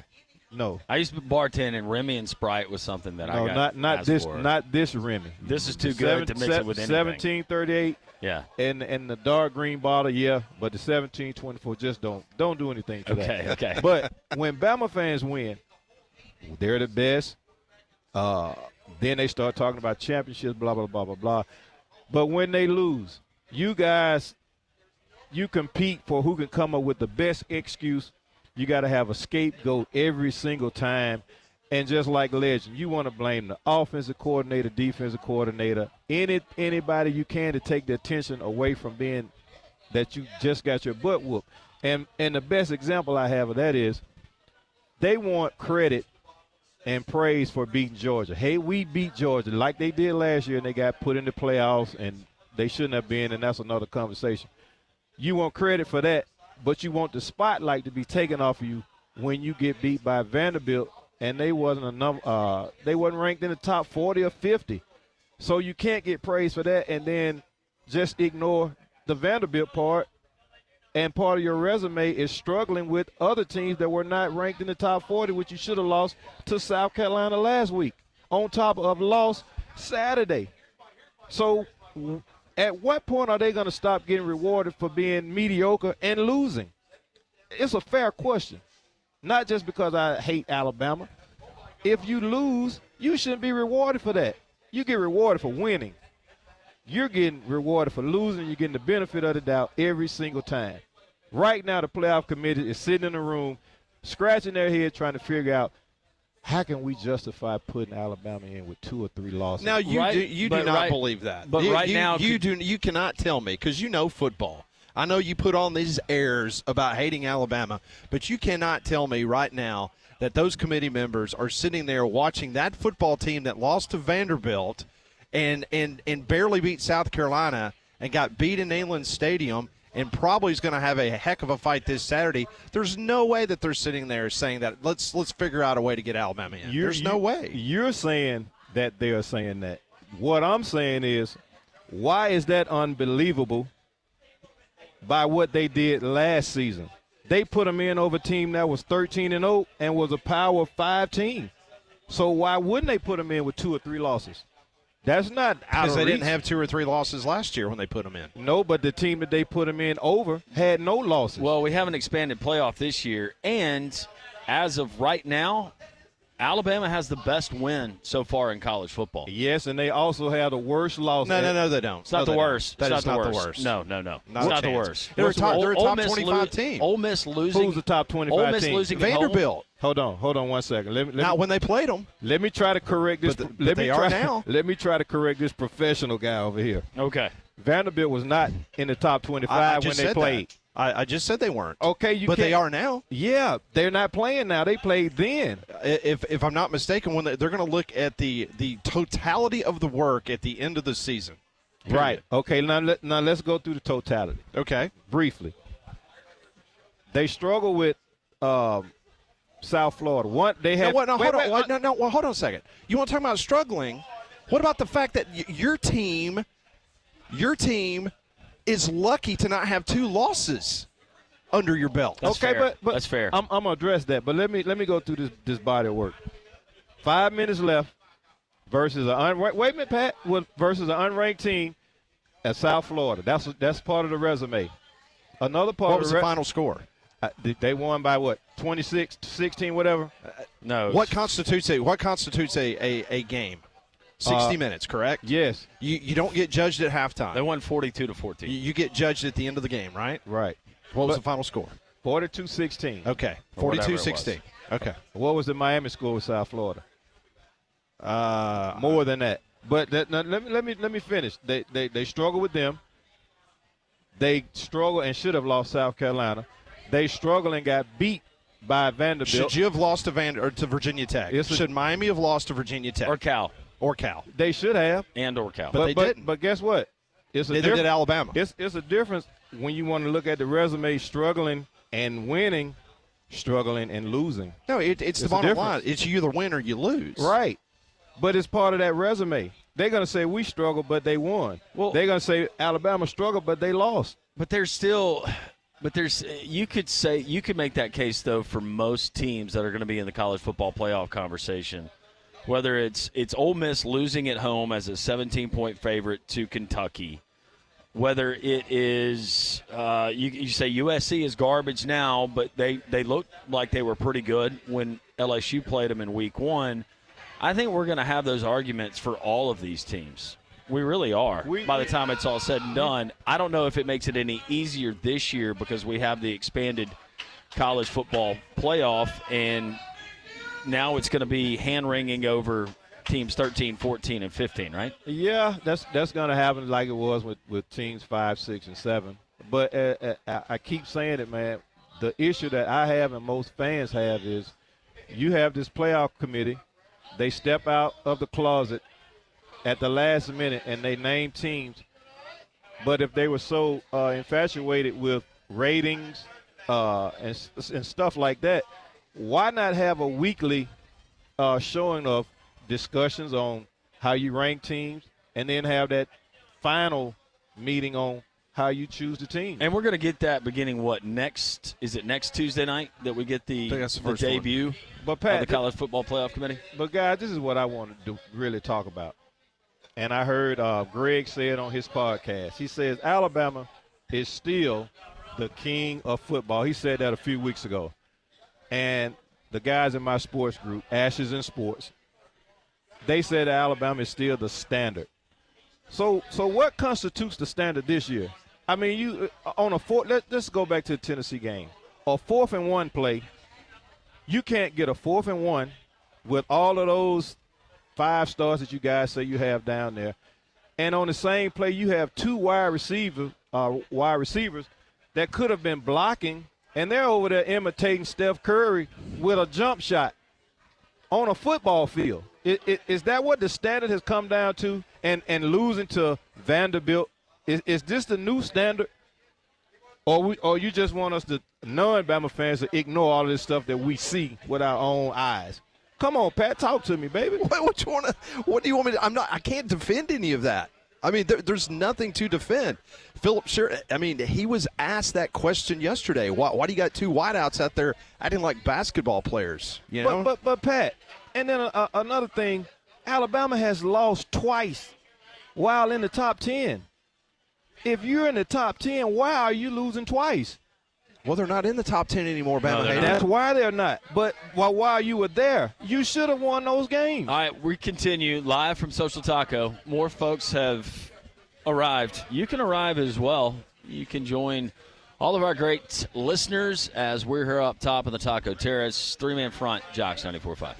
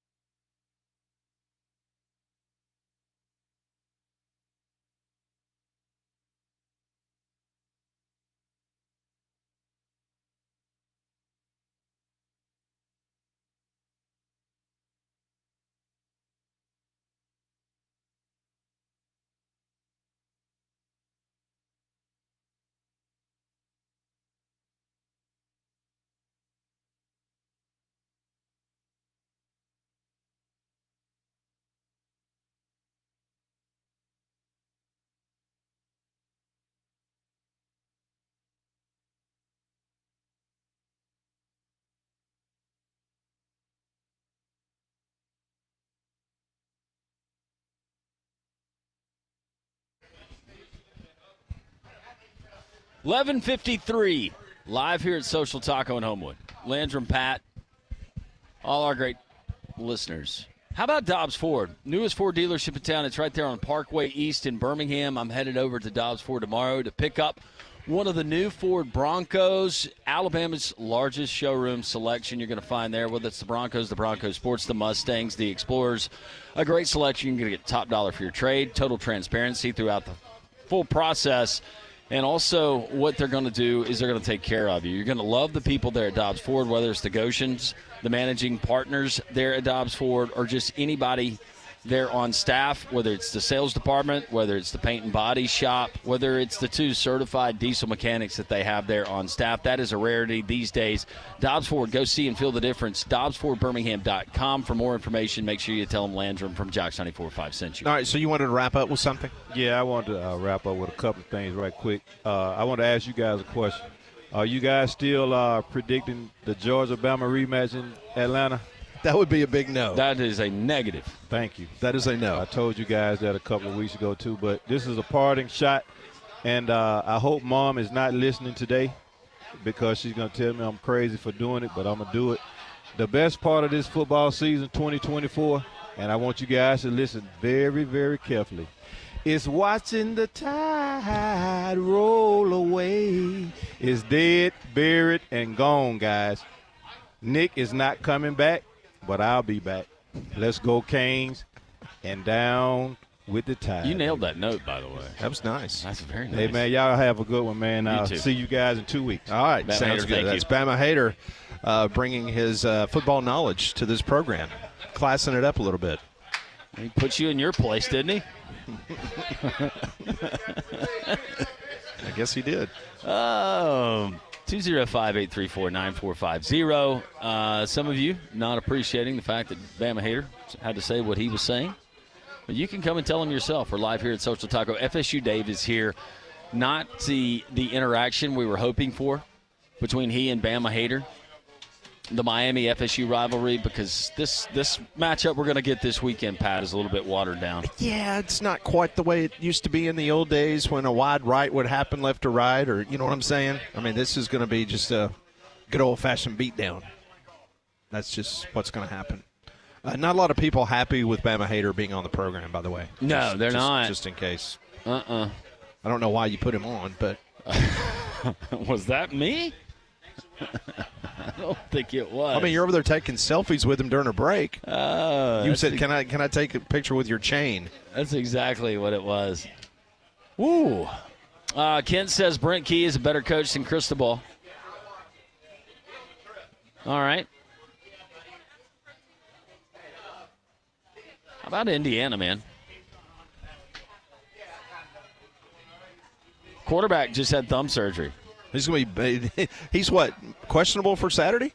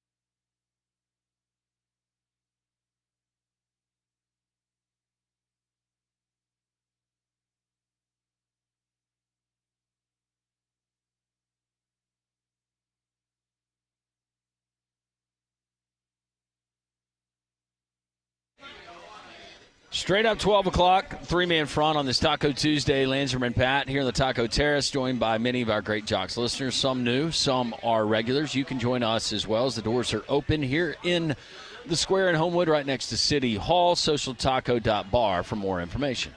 1-800-239-WJOX, the Courtesy GMC text line is open. Let's go to the phones now. And on three-man front as we kick off our 12 o'clock hour. At the bottom of the hour, we are going to head down to Auburn and talk to Nathan King, get a little preview of Auburn and Kentucky coming up. But let's talk to Kevin in Birmingham here on three-man front. Hey, Kevin. Hey, gentlemen, how are you guys today? Kevin, we're doing well. Hope you are. I am. Just wanted to respond real quickly to Bama Hater, and that is a truly appropriate name. Right, so let me start with the definition of standard. He seemed to have an issue with a level of quality or attainment, right? An ideal or thing used as a measure, norm, or model in comparative evaluation. So when you think about the standard, what has been the standard for the last 17 years? The success of the University of Alabama football team. The other standard is how it's amazing to me how one man can consistently come on to try to berate a program opposed to talking about his. I have yet to listen to this program and hear Bama Hater come on and have an intelligent conversation around the success of the University of Alabama. I mean, the University of Miami. He has a phenomenal opportunity at this point to do so. Because for the first time in a very long time, we can even say decades, they have become relevant in the college football discussion. They are fortunate to be in the ACC, and they are, and I'm not trying to take anything away from the University of Miami, because at one point, they were the standard. Now, he understands at that point what the standard means, so let's not portray your lack of understanding for what that meaning is. Because you have a very, very, very good understanding as to what it is. I do understand you being bothered by the success that we've had, that the University of Alabama has had in the past. And I appreciate the discontent you have for the program. What I do not agree with, however, is based on a couple of games in one season, you arrive at a conclusion, right? The standard wasn't developed overnight, nor will it be thrown up overnight. They can lose more games. The standard still is the University of Alabama because the expectation is this year was a fluke and they will return to prominence, right? My advice to him, and he did make some very good quality points, is to do that same with your Miami Hurricanes. Because the one thing we have yet to have at the University of Alabama, well, I won't I won't go there, but I'll just leave it at that, right? So I appreciate the tenacity to which he brings every week, that the discontent for the University of Alabama. I encourage him. You have enough negativity in the world. Bring me something that you can talk about that I would like to learn about the University of Miami, because I have yet to hear it or see it. I'll give you credit. You have a phenomenal quarterback at this point. Let's hear something about your program. We have enough naysayers. The world is full of them. Why? Because we are the standard. I appreciate you guys' time. Thank you. Appreciate the phone call very Kevin, much. Kevin, thanks. Can't argue with a whole lot of what you said. And today was probably the most negative he has been this college football season on Alabama. Would you not agree? I do. 95% of his phone calls to us on this show or when he has joined us in person, I think one other time, not that he's been up here more than that, but on the airways one other time here at Social. He's talked about everything else. Maybe it's just right now just kind of piling on. And he is surrounded by a lot of Alabama fans that he's buddies with, and he has heard the grief about Miami and to a lot of the points that Kevin has made. And when's the last time he had something to crow about when it comes to Miami? Now, you look at the rest of their schedule, there's no reason that team shouldn't finish 12-0. Yep. But you still got games to be played, and as Mario Cristobal has proven in the past, he has. It is not a given, especially this day and age in college football. Well, I disagree with listen, that committee, whether you want to agree with them or disagree with them, at the end of the day, at the end of this cycle, they're watching football, a lot of football. And if anybody puts the tape on right now and they believe that Alabama is one of the 12 best teams in America and they deserve to be playing in postseason football, then you don't know football. But you know what? They don't pick the teams in mid-October. These teams are picked at the end of the season. So there is plenty of opportunity for whether it's Alabama. Obviously, Tennessee got a big win over the weekend because if they would have lost to Alabama, then all of a sudden you'd been having the same conversation we're having about Alabama, except about Tennessee. So if we go top 4 right now in the SEC, Georgia 1. Yes. Texas 2. Yes. Tennessee 3. I would still put Texas A&M up there. Okay, Texas A&M. And I'd put LSU ahead of Tennessee. All right, and then LSU. That's my eye test. Okay. If I was sitting in the room, that's my top 4. So Tennessee would be at number 5, right? Yeah. Would Tennessee be at 5? Where was our overall ranking yesterday, Molly, that we sent out as a group? So yesterday we sent out number 1 Georgia, number 2 Texas, number 3 Tennessee, number 4 LSU, and number 5 A&M. That was the top 5. Okay. So where would Ole Miss be for you, Pat? I'm not talking about collectively as a group in the 3-man front power rankings. They're behind Alabama. Okay. So they're behind Alabama. Yeah. Okay. So Alabama would be. Ole Miss has got a horrible loss. And I know that Vanderbilt was not ranked in the top 25 when Alabama lost to them, but it's just like what we talk about during basketball season. At the end of the cycle, the net ranking is going to be based on the team that you played, and you're hoping. I mean, why do you think all these teams schedule these teams at the beginning of the year are having the opportunity to go play in one of these preseason tournaments over the holidays? Because you want to be in a bracket that you potentially are going to play. Like Vermont's coming down here to play UAB in basketball. Well, the reason you schedule that is because Vermont had a very good net ranking and went to an NCAA tournament. Well, at the end of this football season, you are hoping that if a loss to Vanderbilt is not going to absolutely harpoon your opportunity of getting into the college football playoff. Well, they're playing the part. They're playing the part of a top 25 team. Meanwhile, Kentucky is not. So that's why that is going to ding Ole Miss, and there's no way that Ole Miss is going to. Well, and what's Ole Miss's best win? Well, what's the best win that they've had? South Carolina? Yeah. Okay. Exactly. But they still have an opportunity against Georgia, but is that going to be enough to offset them losing at home to Kentucky? They weren't in Lexington when they lost to the Wildcats. So I think there's plenty of time for Alabama to right the ship, but based on the eye test that I have seen and watching this football team, I don't think that's going to happen. No, it doesn't. It doesn't feel that way. No, it doesn't. So, I mean, they can come out and blow out Missouri by 3 touchdowns, and everybody think the world is right. Now, a win in Baton Rouge, and if LSU they beat Texas A&M this weekend, a win over LSU in Baton Rouge, then the conversation gets a lot more interesting. And if Alabama's able to win out. And I will agree with what Kalen DeBoer. But I still don't think it's cut and dry, even if they do win out. A 2-loss Alabama.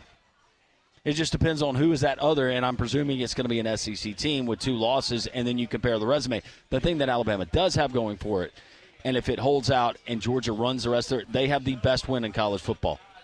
Yeah. And that was the argument that we had last year before the 4-team college football playoff was set. Alabama had the best win in college football, did they not? Mm-hmm.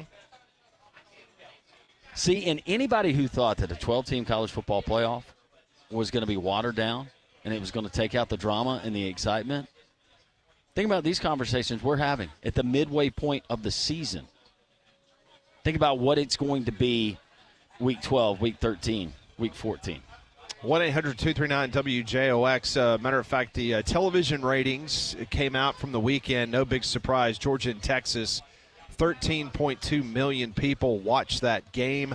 Alabama, Tennessee was at 10.2 million. So just think about that. From the time you tuned in for Alabama, Tennessee, and you turned your TV off after Georgia, Texas, 23 million people tuned in for those 2 football games. Just incredible. Miami and Louisville garnered $4.1 million. Indiana and Nebraska, $3.2 million on Fox.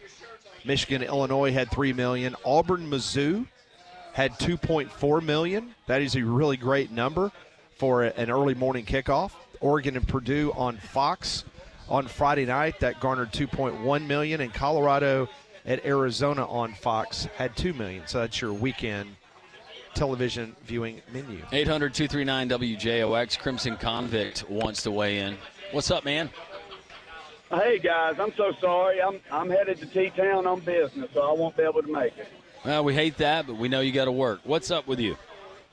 Yeah, well, I'm going to tell you something, man. And first of all, for all the listeners out there who have never met Bama Hater, he's a good guy. He really is. And I'm glad he's out there doing what he does, and have met him several times. He's a great guy to talk with, but iron sharpens iron. But I will say this. Karma is setting him up for a real big slump here pretty soon.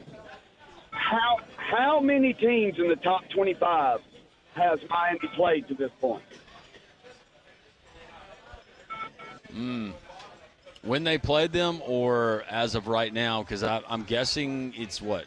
Is it 0 or 1? It is 0. Okay. Absolutely 0. And let me ask you this. Had Texas played anybody till they ran into a real buzzsaw in Georgia? No, the best team that they had played was early in the season at Michigan. Okay. And Michigan struggled to score 7 points against Illinois. Right. Well, I'm going to reserve my thoughts until the ACC championship game. That is the very first team Miami is going to face of real substance. And then when they do get in the playoffs, and they will, and they face one of those teams that actually has a good offense and defense, what do you think Miami's going to do? Your opinion. I think they'll be one and done. Yeah, I mean, based on the history of Mario Cristobal, he has a propensity to lose those games. 10-4. Well, all I'm saying is, guys, y'all don't get mad at Bama Hater, because he will absolutely get his in the end, and I'll be happy to tell him that face-to-face, guys. I hope I'll catch you next week. Crimson Convict, thank you for the phone call. We'll continue with your phone calls. Let's go to Chuck. He's in Helena. Chuck, welcome into Three-Man Front.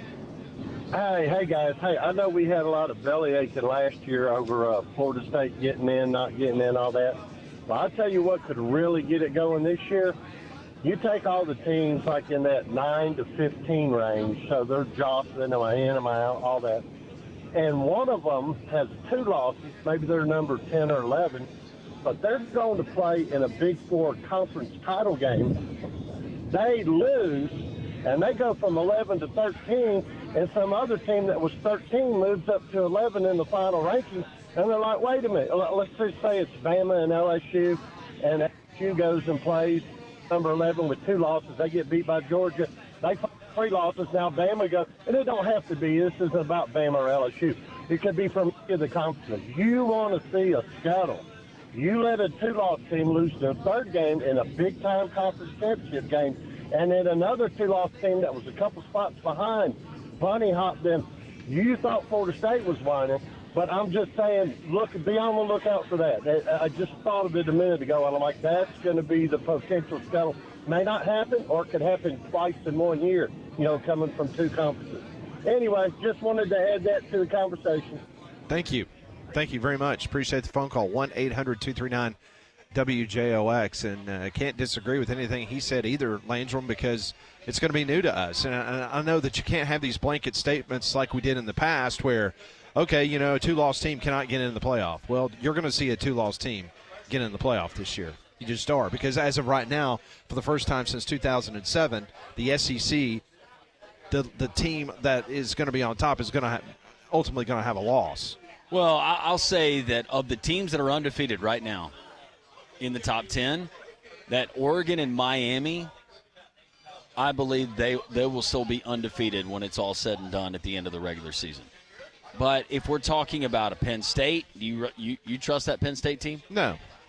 If we're talking, and we know that LSU right now at number 7 in one of the polls, number 8 in the other, is going to be taking on a Texas A&M team. That will sort itself out. Notre Dame They still got 2 Service Academy games. You still got Navy. You still got Army. They could fall. I don't know how much I actually trust Iowa State, even though they keep winning and they're 7-0. BYU, they've been very impressive. A lot of hand-wringing. There's going to be a lot of discussion, but there's still some really, really big matchups. In case in point, Texas A&M and LSU. Forget about the conference standings. Yeah. If we're just talking college football playoff, think about how much that game means coming up this weekend. We talked to Eli Hoff. What did he say about Missouri? It's an elimination game for Missouri when it comes to the college football playoff at Alabama this week. Yeah.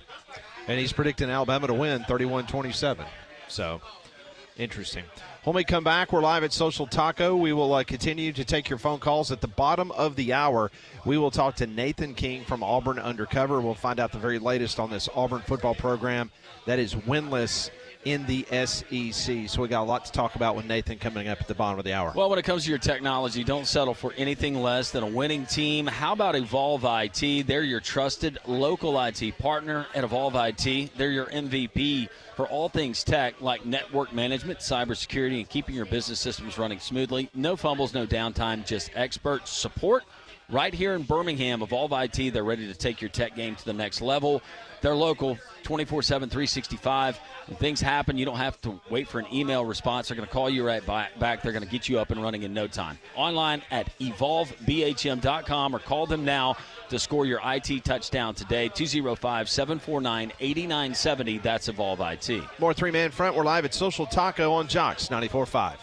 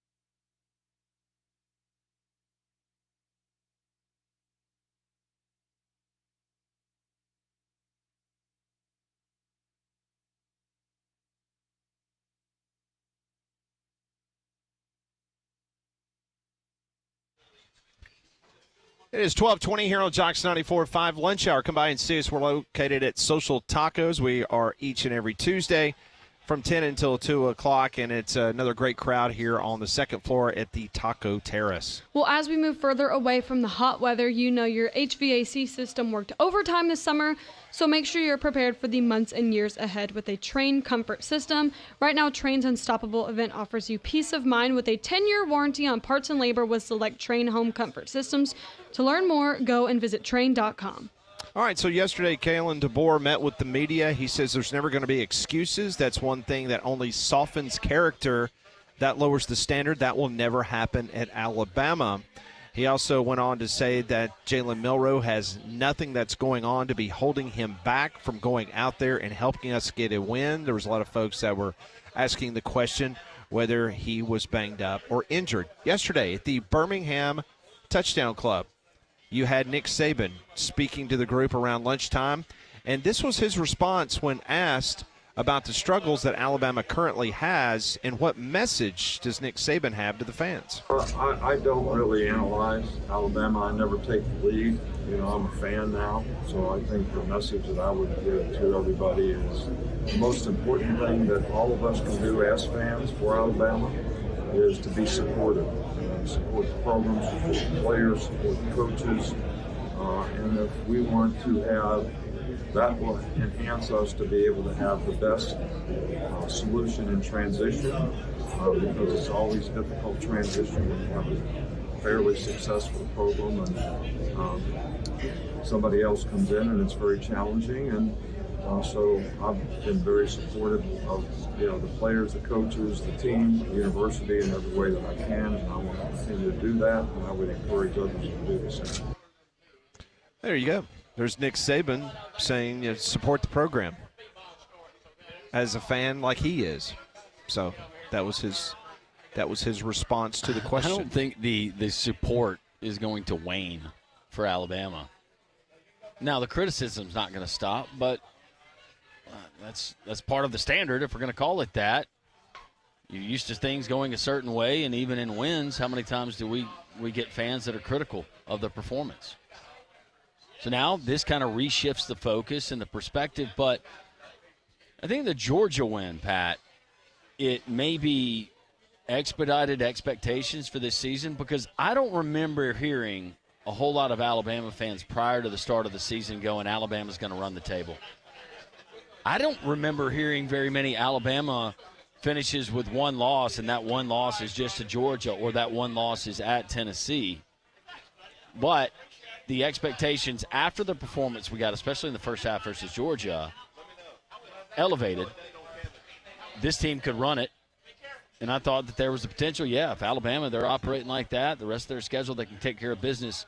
Then Vanderbilt, which nobody saw happening, and then some of those warts, they reappear in a win over South Carolina, but also in a loss this past weekend to Tennessee. Yeah, so Nick Saban making a comment or two in regards to this Alabama football team and the fandom. So Dan Lanning was an individual who, when it was known that Alabama and Nick Saban had decided to step down, that was one of the hot names that was on all the hot boards, Dan Lanning, who was a GA at Alabama. He had gone over to Georgia, worked with Kirby Smart. Then he got his opportunity in the Pacific Northwest. He decided before anybody offered him a job or talked to him about a job, he came out and famously said that the grass isn't always greener. It's green right here in Eugene, so he stayed put. Nobody offered him a job, by the way. Nobody even talked to him, but he got out there pretty quick and said he wasn't going anywhere. Well, so last night he has his press conference late on Monday afternoon, early Birmingham time in the evening. And listen to this question from a member of the media about Oregon being ranked number one.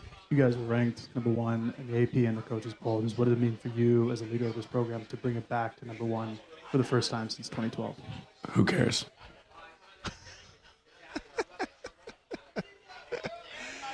Oh, who cares? That was his response. He added the following. He followed that up by saying, you don't sit halfway through a meal and stop eating when there's still a lot of food left on the plate. That's where we're at. We're at the midpoint of the season. We're not done yet. There's a lot of things that we still want to accomplish, end of quote. So Dan Lanning pretty much has that in a very good perspective, basically telling everyone, who cares if we're ranked number one? It's like eating a meal you're at the midpoint of eating that meal. Yeah, who cares if you finish the regular season in Major League Baseball with the best record? Does it matter?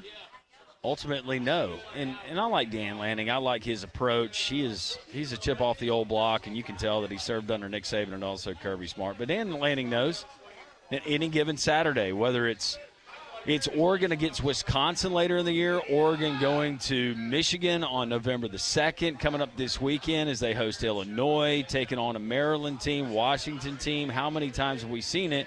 And it's not like this Oregon team has just put up stupid numbers all year. He knows that there's still chinks in the armor.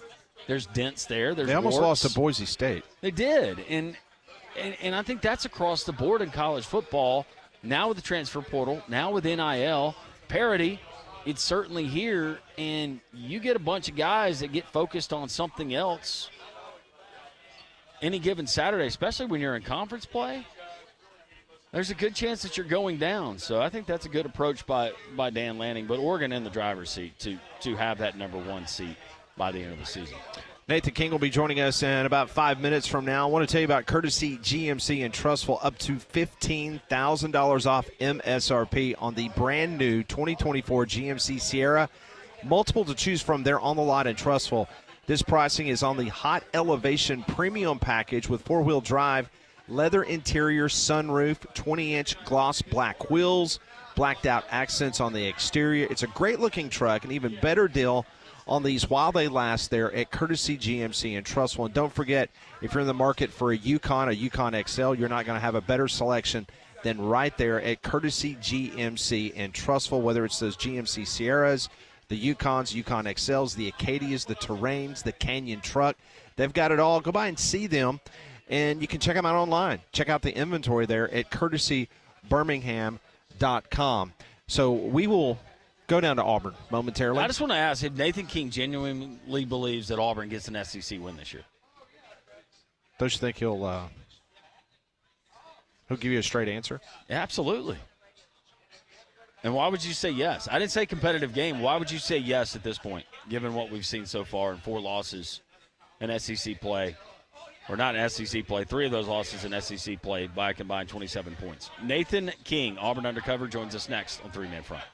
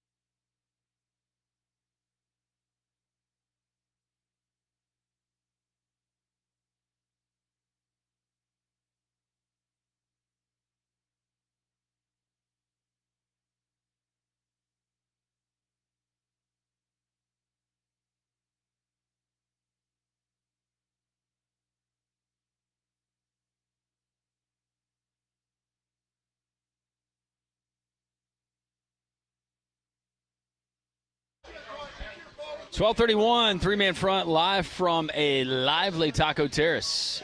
Social Taco in Homewood. Tuesday is the appointment time.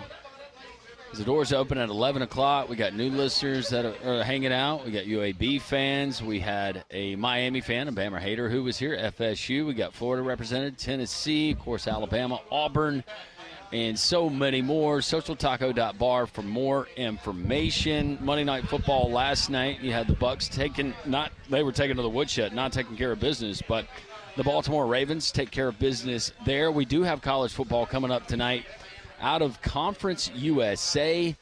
Boy, we're going to have one. Sam Houston at FIU. 6:30 ESPNU from Pitbull Stadium, and then UTEP taking on Louisiana Tech in Ruston, 7 o'clock on CBS Sports Network. Are you getting back on the UTEP horse tonight, Pat? Probably not. Probably not. I was about to say, I feel like UTEP and FIU are both kind of dead to us right now. Yes. Yeah, that one hurt last week. Sam Houston State is a 4.5-point favorite on the road. Probably going to stay away from that one. And Louisiana Tech is a 6.5-point favorite at home. If I was going to play one, I probably would play Louisiana Tech. But these Tuesday games, these Tuesday night games, they scare me. I don't think we get a true representation. And so oftentimes you'd feel more comfortable it was MAC games? Yes. Do we get that next week? Or is that the following week? It's November. Yeah, CUSA decided to jump on the old bandwagon there for October games. So that's the deal. I like having the early week games, but as far as the office football pool or playing for recreational purposes, usually I'll stay away from these types of games. So last night on Tiger Talk, Hugh Freeze says a lot of people think I'm being too transparent. I just got a text from one of my friends earlier, and he said, "You're an idiot. You're being too transparent with the media," end of quote. I received several texts last night and during the show yesterday after we carried his press conference live. And whether he was trying to say it, he meant it this way, this is the way it came off, and it was perception, and that equals reality with a lot of people. It seemed like he was complaining about his workload. To paraphrase his comments about preparing an offense for a Saturday, from trying to recruit your roster daily to recruiting and everything else, it came off to some people like Hugh Freeze was complaining about all of the responsibilities that go in with being a head coach at a program like Auburn in the SEC. Was still getting texts from people last night going, "You got to be kidding me." Yeah. We'll talk to Nathan King momentarily. And matter of fact, let's bring on Nathan King right now, and we'll ask him. Nathan King, who does an awesome job covering the Auburn Tigers for Auburn Undercover, part of the 247 Network, joins us now on the Buyers Right Hotline. Nathan, we were just talking about some of the comments Hugh Freeze made yesterday, whether it was his weekly press conference or Tiger Talk last night, talking about him maybe being too transparent about this football team. Just wanted to get your take on that first. Yeah, I mean, I feel like it's kind of been a while coming that he would maybe make a comment about that, because it seems like he can't say anything right at this point in the eyes of the fan base. That tends to happen when you're 2-5. That's probably the main reason behind it right now. But I mean, look, myself, I'll never tell him to stop, being that transparent. From a media perspective, I think it's obviously very helpful. But I thought yesterday it was very pertinent. What he was talking about, saying that, look, this is a team that he is coaching, and he said they are coaching and playing scared late in games. They're playing not to lose instead of to win. He said that attitude has kind of seeped through in several games this season. And, a lot of Auburn fans went to his throat about that, and I just think it was sort of an honest assessment of what happened. I think anybody would have told you that. I think it's not some sort of bombshell thing he was saying. And so, yeah, I mean, maybe somebody will get in his ear about it, but my thing is that, look, this is how he's been. Every coach has their faults. Every coach has their advantages, and that's just something about him. It's how he's been for a long time, and I wouldn't imagine it'll suddenly change. And whatever, what do you say, his 32nd year of coaching or whatever it is. Nathan, how surprised have you been now that we're through 20 games of Hugh Freeze at Auburn? And I would say that the most quality opponent that he's beaten was a team that went to a bowl last year in Cal in week 2 when Auburn went out there and won that close game in Berkeley. How surprised have you been that as we look back at the other 19 games on his resume, he only has as many wins as he does? Yeah, I mean, it's this year especially is probably the more surprising one. When you look at what they're dealing with right now, it's almost like they overachieved last year in that first season, considering what they had to deal with and the roster troubles that it turns out that they had. I mean, this is probably one of handful 5 or 6 most disappointing teams in the country this year from a national perspective. Or they 7.5 wins was their total this year, and obviously things were just not as well oiled as they thought they were. And it's a combination of everything. I think this is not necessarily a very bad. I don't think this is a bad football team overall. I think we've seen them play too well in too many moments to make that accusation about them. But they're just a team that doesn't know how to play together. They're a team that doesn't know how to hold on to a lead, and so I think those couple things. Look, does it come down to players and them needing a better quarterback and them needing better players across the roster? Absolutely. But Hugh Freeze has admitted it. It's come down to coaching, too. This has probably been one of his more poor jobs of coaching a football team this year. And it's sort of gotten to the point now where it's almost in their own head, and clearly we saw that against Missouri.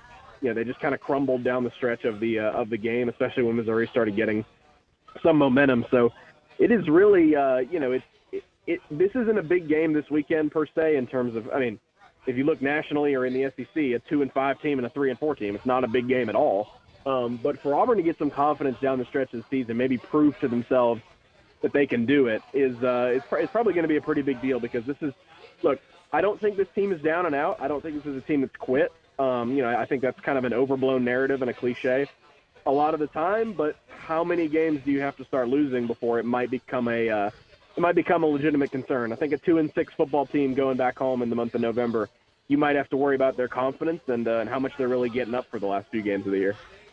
All right, so in your opinion, barring an injury to Peyton Thorne, do you believe they're going to ride with him the rest of the year at quarterback? Yes, absolutely. I mean, again, like you said, barring an injury, barring a disastrous type of performance like he had against Cal that warranted him being benched. I was having this conversation with somebody about this earlier today. I understand where Auburn fans are coming from in the conversation of, hey, once it gets into the last 4 games of the year, why not just play Walker White, the true freshman, the guy who was a top 50 overall recruit? See what you've got with him for next season. Peyton Thorne's not going to be here. I understand that. But look, there's a reason Peyton Thorne has had this job all year and all offseason. They think he's the best quarterback in the room, and he hasn't been terrible recently. He's had a lot of, he hasn't played great, but he's also not been terrible. And there's a reason he still has the starting job. I just think if you do that and you completely shift to the future, number one, that doesn't send a great message. But number two, I think it's a dangerous precedent. Even, hey, Peyton, we know, we do think you're playing the best out of the quarterback, but because you're not going to be here, we're going to go ahead and end your career, your college career, a few games early and put in the young guy.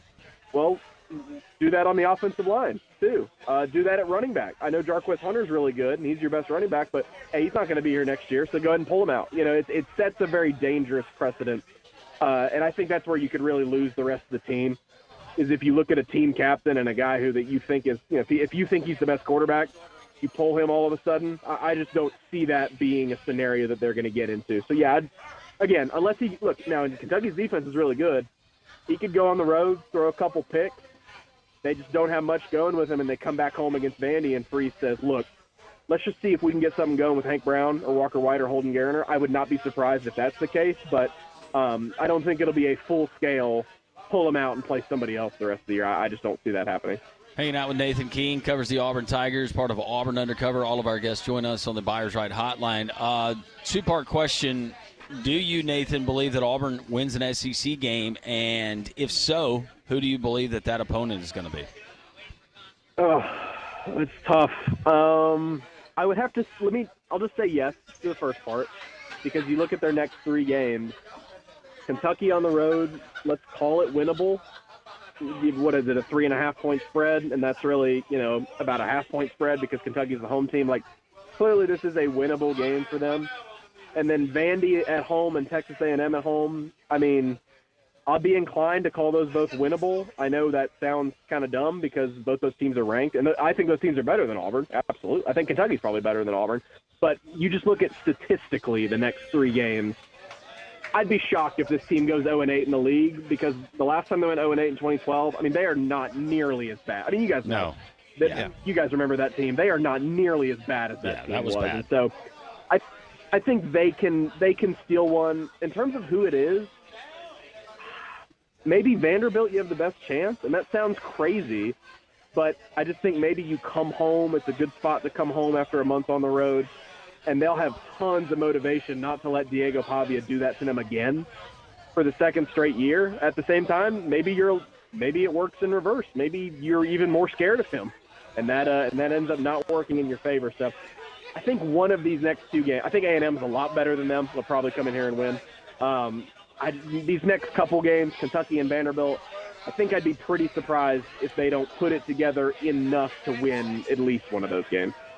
Talking to Nathan King, Auburn Undercover joins us here on 3-Man Fronts. Let me ask you about Cam Coleman. He's had 22 targets this season. I know that he was banged up at the beginning of the year, but through his maturation process at Auburn and being one of the top wide receivers coming in out of obviously the recruiting trail, just your thoughts on this first season for him at Auburn. Has there been any signs of frustration on his behalf for not getting the ball as much as he would like? Just your thoughts on Cam Coleman. I think the frustrations for him maybe come from the fact that he was banged up for those couple games. And I think, like Hugh Freeze said a few weeks ago, the biggest point of emphasis from that injury was not, he was out, or even the drops he had around that time. And if you remember, he had 2 drops that both led to interceptions. They went straight into the hands of the defender. It was the practice habits. It was the fact that he was limited at practice for 2 weeks. And I know he's a 5-star, but when you're a true freshman, that can kind of hurt you a little bit. And so, look, I think Cam Coleman is in a position. It was good to get him on the board on Saturday. You obviously want to build on that. Hugh Freeze said he would have gotten the ball a little more, but he ran some incorrect routes sometimes. I think if he gets to the point where, 400-ish yards, he's got, 220, 230, 400-ish yards and 3 or 4 touchdowns by the end of the year, that's obviously not where they expected him to be. At the same time, I never thought he was going to be a 1,000-yard receiver in year 1. I mean, that doesn't happen pretty much for anybody unless you're a generational type player and you have a generational type, you have a really good offense. And so, look, it is going to be one of the bigger question marks, and it feels weird to talk about it, but we are going to get in the point in December where that is a legitimate conversation to have just because of the landscape of college football right now. Like, Cam Coleman has not had a phenomenal season. This Auburn offense hasn't had a phenomenal season. Does he see a path to having a better year 2 to the point where he's not going to listen to some of these other programs? Because he's absolutely, teams are already talking to, I don't know for certain if they're talking to him, but teams are already ready, poking out and poking around on other rosters. Hugh Freeze has said it's happening. It's happening across the country. It's not a surprise. And so it will be sort of a tense few weeks in December for guys like that and other guys in this freshman recruiting class for them, making sure you can retain them for year 2. There's no reason right now for me to believe that him or Perry Thompson has anywhere to go. There's no reason for me to think that just because they didn't light the world on fire in year 1 that they're going to jump ship right away to a team that they recruited, that they committed to. They could have gone anywhere in the country and they decided to come to Auburn. There's no reason for me to think that, but it is a legitimate conversation you're going to have come December just because of the way things are in the sport right now. Nathan, when does the seat start getting hotter for Hugh Freeze with people that matter and make decisions at Auburn? Yeah, that's a really good question because your second part of it is the most important with who matters. And I think what's important to note is that this is the first time in a while Auburn has had a head coach that was hired by that AD. And they have a head coach that was hired by that president as well. You had Brian Harsin and Alan Green, but obviously it felt like they were a tandem and everyone else was against them, right? This is all kind of aligned with Chris Roberts and John Cohen and Hugh Freeze, and so I think that in and of itself is going to afford him a little bit longer of a leash. Look, there's no question. I think this season is obviously kind of a wash. You can still win some games. It's not over by any means, and nobody in that building thinks it's over. But in terms of when the seat gets hot, I think it'll be warmed up. I think you'll turn on your heated seat in the car, maybe while you got it waiting in the driveway heading into year 3. I think that'll, if they go 4-8, you really can't argue against that. Like that's going to be the case, 2 losing seasons in his first 2 years.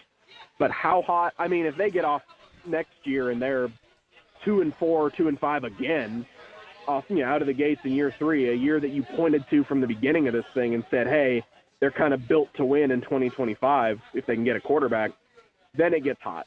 I think this year he has done more than enough on the recruiting trail. They knew this was going to be a long-term build. He has done more than enough to afford a year 3, and, you don't want to look ahead too much, but it'll be a great conversation in the offseason. I don't know how good they have to be in year 3. I think they've probably got to improve in a big way, but it is a really interesting conversation. So I think the seat maybe would be warmed up for him heading into year 3, but you would have to look at how bad of a start they get off to next season before you really could start having the conversation of saying, hey, John Cohen and Chris Roberts, who decided on this guy, like this was their guy just 2 years ago, all of a sudden they're feeling the need, even though he's been recruiting well, to potentially pull the plug down the road. I think you'd have to get off to a bad start next season for that to be the case. That is Nathan King, covers the Auburn Tigers for Auburn Undercover, part of the 247 Network. Always appreciate your insight, Nathan. We'll talk soon. Yes, sir. See y'all later. Thank you. That is Nathan King joining us on the Buyers Ride Hotline. Interesting comments. We will unpack all that Nathan just told us, including when Hugh Freeze may be on a hot seat at Auburn and what the likelihood of the rest of the season is for the Auburn Tigers. That's next on 3-Man Front. We're live at Social Taco.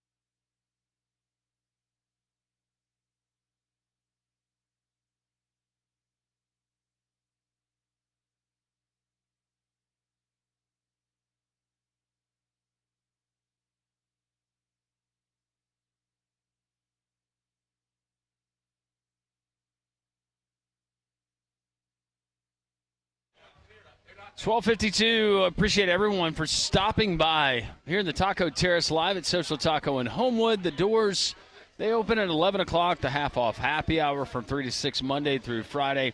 Don't forget about brunch on the weekends. Saturday from 10 to 4 all day on Sundays. SocialTaco.bar for more information as we continue to talk college football. Appreciate all of your interactions today on the phone lines and the text lines. Also appreciate our friends at Second Generation Masonry. If you're looking to upgrade and enhance your outdoor living area and landscape, our friends at Second Generation Masonry are the team for beautifying any area. Their expert team crafts durable brick, concrete, and elegant stone creations that elevate any space. From fire pits, landscape steps, garden walls, stone patios, and walkways to custom driveways, these are your folks. Over 2 decades, Alabama-based company, wonderful folks. They're professionals, whether it's commercial or residential that you're looking for. Take your outdoor living area to the next level. Check out secondgenerationmasonry.com. Get the free quote today and make sure you tell them Landrum from 3-Man Front sent you. You know, I thought your question to Nathan about the quarterback situation, I mean, it's pretty interesting. You say, well, you know, if the season's lost, then why don't you see what you have with your backup quarterback? Well, then do you do the same thing about your offensive lineman? Do you go ahead and say, well, Jarquez Hunter's not going to be back next year, so let's go ahead and put him on the bench and let the youth movement go full bore? You know, I mean, it's kind of it's a really interesting balancing act when you start thinking about looking ahead and trying to develop whatever guys you have on that roster or the ones that you want to try to keep. Because it's inevitable. It's going to happen to every school, including Alabama. Not just because Auburn's having a struggling season. There is going to be turnover. There's going to be, you know, attrition on these rosters. It's inevitable. That's what's going to happen. So trying to balance that, which you do moving forward with the team that you currently have to try to get as many wins as you can. That's a interesting prospect for Auburn moving forward. The interesting thing is, out of necessity, they've done it on the defensive side of the ball in certain areas, especially the defensive front. On the offensive side, if there was a position group that I would try to make sure that I kept happy, it would be the wide receivers, because you don't want to regress there. And whether it's a Malcolm Simmons, a Cam Coleman, especially a Perry Thompson, I think moving forward, you can feel good about those guys. Now, if the guy's going to come in and he's not going to block, yeah, you know, it's knowing half of the playbook would be one thing, and I think at this point in the year you should know most of the playbook, but if he's not going to come in and block, he's a liability, and do you want him moving forward anyways? But wide receiver seems like that would be the easiest to do. As far as offensive line, I don't know. Unless you got a guy that you just feel like is right there on the cusp, because you brought in a Percy Lewis, and we saw him whiff on the opening play offensively and against Missouri on Saturday, and Peyton Thorne got hit 5 yards deep in the backfield. But I think some of these guys, they can see whether it's a Peyton Thorne issue, whether it's just other pieces for whatever reason. I do think I think that they can see that maybe the future is brighter. But then the question is, all right, who can you guarantee that you're going to have next year at quarterback? Or do you have a whole lot of confidence as a wide receiver thinking, all right, they're going to get a guy who's going to be a redshirt freshman or potentially a true freshman? And who are you going to bring in out of the portal? Not that Peyton Thorne hasn't been serviceable, but Auburn in some of these losses, if you had a guy that was dynamic at quarterback, how much would that have helped? But you can point to other spots on that roster too, Pat, and go, well, would they have been better, you know, if they'd had this guy right here, this guy right here. You had Robert Lewis drop a ball in the end zone. That's a veteran guy. Yeah. From Georgia State. For whatever reason, it seems like this team is snake bit.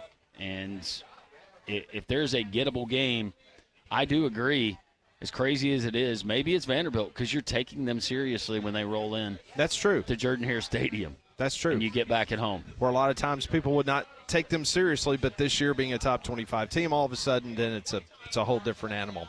We've got another hour to go. Still got time to come by and see us. We're located right here at Social Taco in Homewood in the square right in front of City Hall. Come by and see us. We're here until 2 o'clock on the Taco Terrace upstairs. A lot of great Jocks listeners stopping by and having lunch today, so we appreciate that greatly.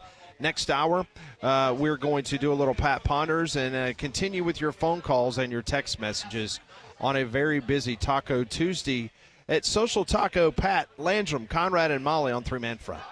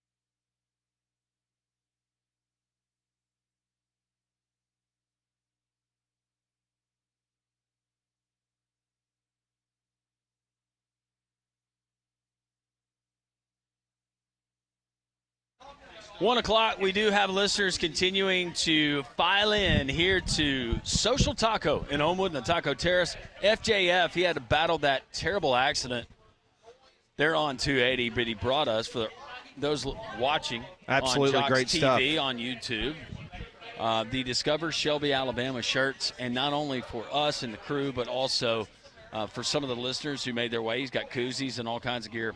FJF, we appreciate you and all of our great Jocks listeners, Pat, for showing up and hanging out with us today. Absolutely. We always appreciate it. Have a great time here at Social Taco each and every Tuesday from 10 until 2.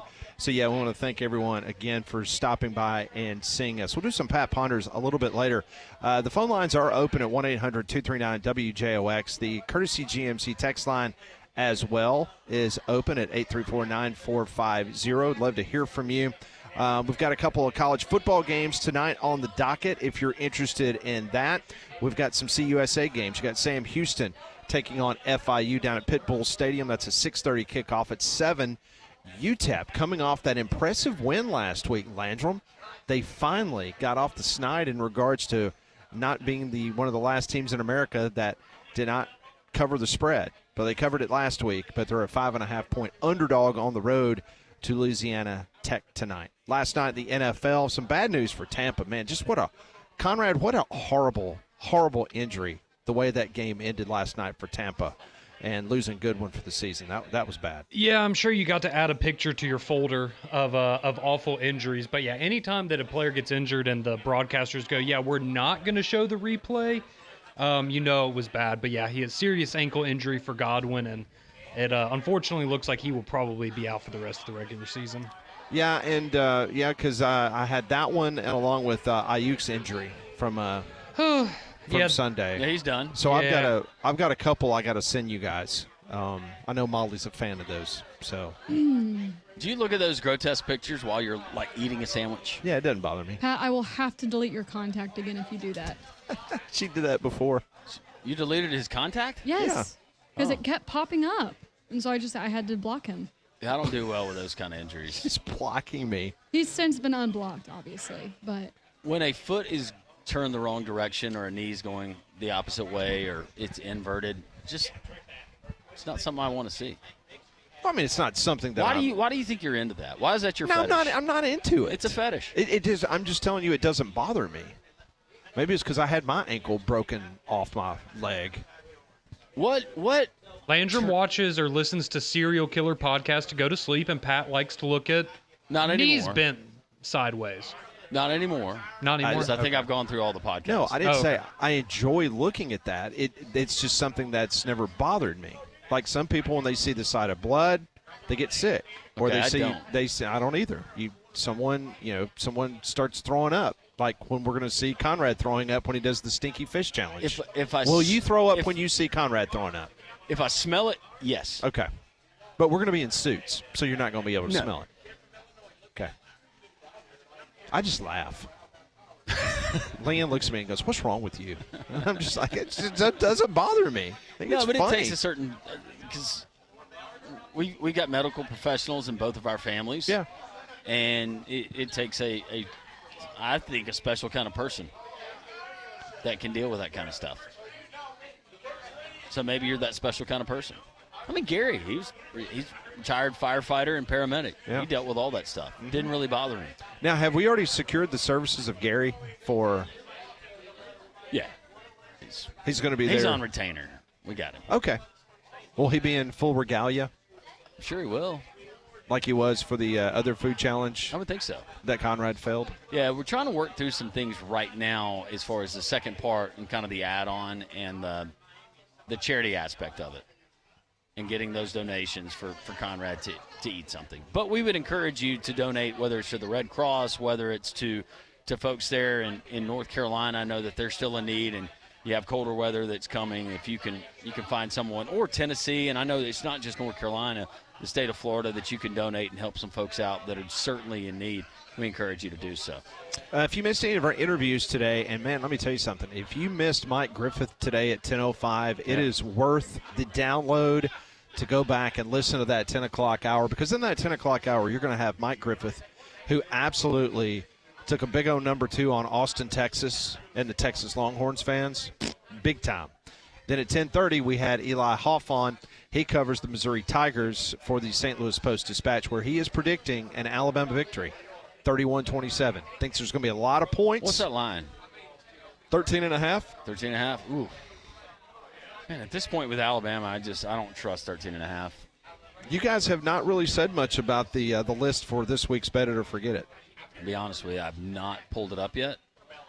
But I mean, I gave those to you on Monday to start your.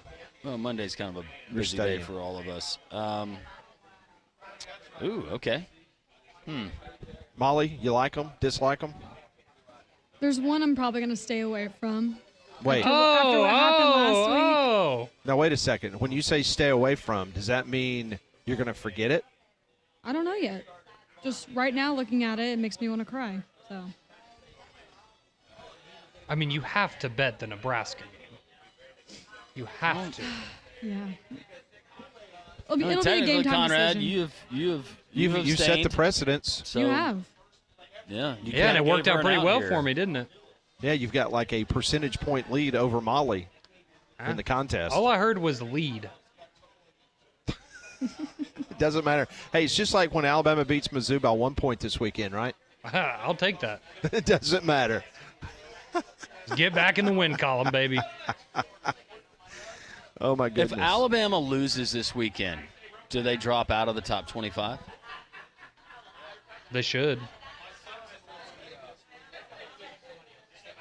Or would you still have them 20 through 25?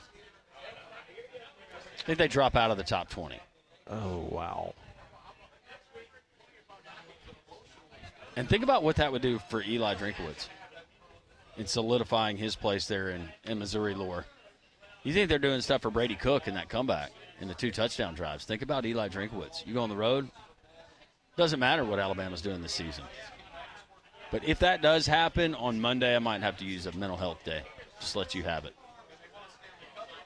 Oh, to take the day off? No, I wouldn't take the day off. But I might. You think? I mean, think about a couple of these things, and you just brought this up.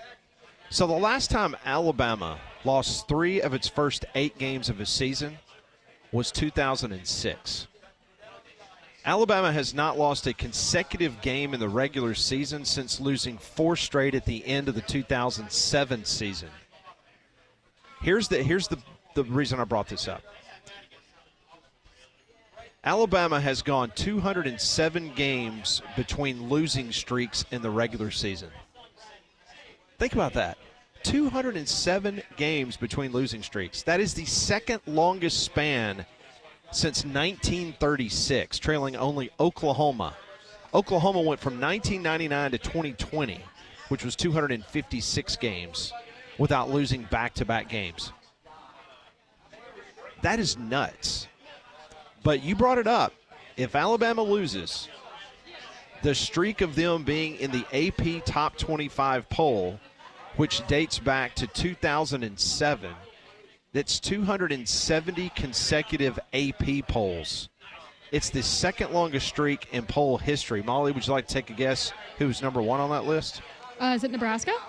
Nebraska, 1981 to 2002, 347 weeks in the AP Top 25 poll. So Bama has done it 270 times. The third best team in college football history was Florida State with 211, and the fourth best was the University of Florida from 1989 to 2002. So if they do lose, I think that will be a temptation for folks to vote them out of the AP Top 25. And if that happens, then once again, it's a record that Kalen DeBoer probably did not anticipate that he would check the box for this year. And then what happens at the end of the season? If there's an Alabama loss or they miss out on the college football playoff, what do you think Kalen DeBoer does to his staff to address some of the issues? As in during the season? No. Or at the end of the season? Correct. I mean, I think there's going to be turnover. There's going to be turnover regardless. I'm saying specifically, though, would it be the defensive side of the ball? Because he's not going to fire himself. That's his offense. He's got a guy that he trusts. It would be interesting to see if Ryan Grubb was the offensive coordinator. Yeah. Yeah, I wish the Seahawks weren't killing it offensively right now. Yeah. Grubb could be up for a head coaching job in the NFL before it's all said and done. So back to that number about Alabama, 270. So the next closest behind Alabama at 270 straight weeks in the AP is Georgia, and it's 123. Wow. So I know Georgia has been incredibly dominant over the course of the last 10 years, or actually the last 7 years, because that's what 123, that is 7 years of AP top 25. So fascinating stuff to see what happens this weekend. Yeah, it is, because you've got games that ultimately are going to decide the college football playoff and who gets in. LSU and Texas A&M, that will be a fascinating watch and kind of the rivalry, semi-rivalry of those two programs. But it speaks a lot to both. And I go back to the opening weekend of the college football season where you had Texas A&M playing at home against a Notre Dame team, hadn't quite figured things out. The defense didn't play that bad, but their offense, it took them a while.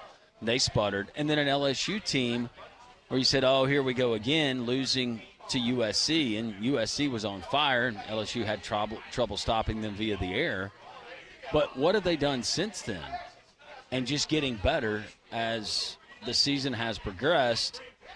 You can't make the argument that LSU doesn't have a quality win or two quality wins at this point, because they beat Ole Miss, and thus they could have essentially knocked Ole Miss out of the college football playoff. But then going to Reynolds Razorback Stadium as a slight favorite, like a frog hair favorite, and to kind of name their score and dominate, especially the second half of that football game. Brian Kelly, is this a repeat of kind of what we saw in year one at LSU, where just when you go to sleep on the Tigers, all of a sudden they're playing in Atlanta in the SEC championship game? Nussmeier's been good. Yeah, he has. He's been really good. Now the defense is getting much, much better. Well, if you're going around, maybe you have the kids taking them to their sporting events and you get, a little behind in the afternoons and you don't want to settle for fast food again. The good news for you is that Twin Peaks and Hoover is open late night every night to serve up you and your family. You don't have to wait for the weekend at Twin Peaks and Hoover, because they will serve you scratch food and pour you quality cocktails each and every day after dark. So come by Twin Peaks and Hoover to experience the best late night in the league today, tomorrow, or any other day of the week. That's at Twin Peaks and Hoover. So obviously on Mondays we spent a great deal of time talking about what happened to Alabama and Auburn and the rest of the SEC. But, top 25 over the weekend, just briefly get your guys' thoughts on that. We already talked about Miami, how impressive that offense was, what they were able to do against Louisville. Cam Ward, 319 yards, 4 touchdowns. They got Florida State coming up this weekend. I mean, for you, is the jury still out for Miami, or you think they are one of the top teams in America? If we're talking top 10, I think they definitely are. Their offense is really, really good. I don't know how many teams right now I would say could match them score for score, or could limit what they're able to do. I mean, Justin Wilcox, highly respected. Cal, that game plan, they were ready for him, playing him there in Berkeley, and you still saw that Miami team be able to come back late when it looked like they were going to take an L and finish. But, yeah, for the purposes of the question that you just asked, I believe that they're a top 10 team. I'm not ready to put them in the top 5. Yeah, and Iowa State come from behind against Gus Malzahn, 38-35. Cyclones now 7-0, 4-0 in the Big 12. They have now matched the 1938 Iowa State team for the best start in program history. They have won 4 straight conference games for the first time. How about that? So Iowa State, top 10, and can't wait for Molly's Bowl projections tomorrow. Is I assume Iowa State already going to be in your still in your college football playoff projections? Well, I don't want to spoil anything yet, Pat. Okay, just making sure. On Friday night, I was able to get home for my football game. Hewitt took out Oak Mountain 63-0, and so I was able to come home and watch BYU take out Oklahoma State 38-35. Mike Gundy's team now 0-4 in the Big 12. So I'm curious if Gundy will try to get out once again, like he has before. Then the question becomes, where does he go? Who wants him? Maybe East Carolina? Maybe so. Iowa State, though, ultimately, who have they beaten besides their rival second week of the season by 1 point? Who have they beaten? They're playing in the Big 12, Landrum. Oh, I know. Meanwhile, I was disappointed in the outcome. I know just like Molly was, Indiana takes Nebraska to the woodshed. Indiana off to its best start in 57 years. It was the most lopsided win in Hoosiers football history by beating Nebraska 56-7. And the Hoosiers got some good news today. It appears that Curtis Rourke is questionable for this game coming up on Saturday. Don't think he'll play, but they definitely think he's going to be back in the next week or two, that's great news for this offense that continues to do very, very well. Dylan Raiola on the road. He was 28 of 44 for Nebraska, 234 yards, 3 interceptions, and a lost fumble. That kind of looked familiar, didn't it, Molly? I really thought that we were going to maybe make it through the day and not bring up the Nebraska game, but here we are. Well, it's part of the conversation. I know. I mean, Indiana. I'm still recovering from it. I mean, you should be callous to it, unfortunately, over the last couple of years. And you had the entire second half to recover because it's not like that thing was in doubt. Let's be honest. No, that was pretty quick. I mean, I guess that's the good news. You didn't have to wait until overtime like you did against Illinois and lose. Well, and the good news is for IU, Rourke, I would sit him, but you had Taven Jackson who came in on Saturday, and he still had a couple of touchdowns, and he was serviceable. That is just a team that has all of the mojo working for it right now. You got a lot of new faces. A lot of those guys, they don't realize the bad culture that was Indiana football, especially the last couple of years under Tom Allen. And you've got a coach in Kurt Cignetti, and all he does is win. And it's that winning culture, and it's contagious. And I love this IU football team. I think that if they have one loss, that loss will obviously be to Ohio State. But that's another team we're going to be talking about. And do they represent as one of those spots out of the Big Ten for the college football playoff? Yeah, so they were ranked number 16 last week. And then meanwhile, you had Illinois take out Michigan. I am so happy that, Michigan is not even going to be in any conversation whatsoever. I mean, just be done with that. Illinois beats them 21-7.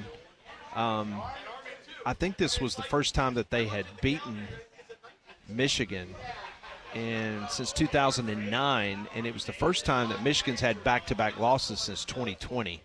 So it's always good to see that. And I know that we told everybody in the listening audience about how good Army and Navy is this year, but Army took out ECU, Bryson Daly, 5 rushing touchdowns, single season record. He's getting some Heisman hype now. Yeah, for rushing touchdowns. He had 171 yards on 31 carries. And then meanwhile, you got Navy doing what they do. Navy has scored 23 times in 23 red zone trips this season, including 22 touchdowns. That's amazing. Army, I don't believe, has trailed at any point. They haven't. Has Navy trailed at any point? I think they have. This season?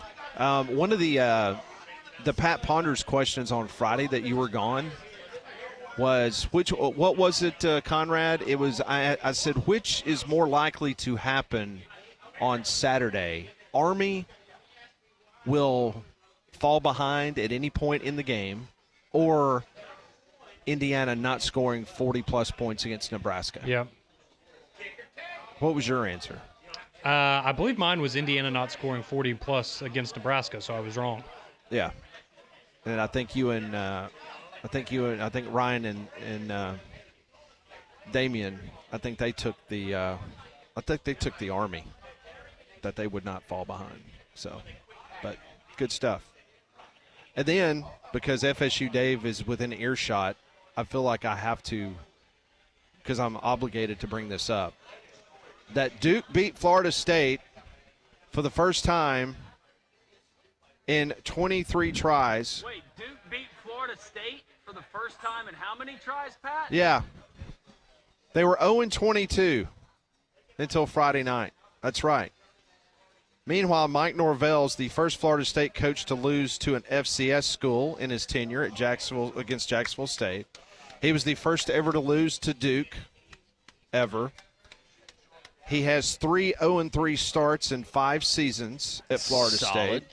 Yep. He is 1-6 in year 5. That's the worst Florida State record since 1975. That was the year when Bobby Bowden arrived in 1976. But let's not forget about his 8-year contract extension worth $84 million. Ooh. Ooh. So I just wanted to pass that along. Yep. For my good friend FSU Dave. Future's bright and tally, right? Hey, you got the Yankees? You and Conrad's got the Yankees? With friends like us, you don't need enemies. Hope that didn't make the air. 3-man front. We continue live from Social Taco here on Jocks 94.5.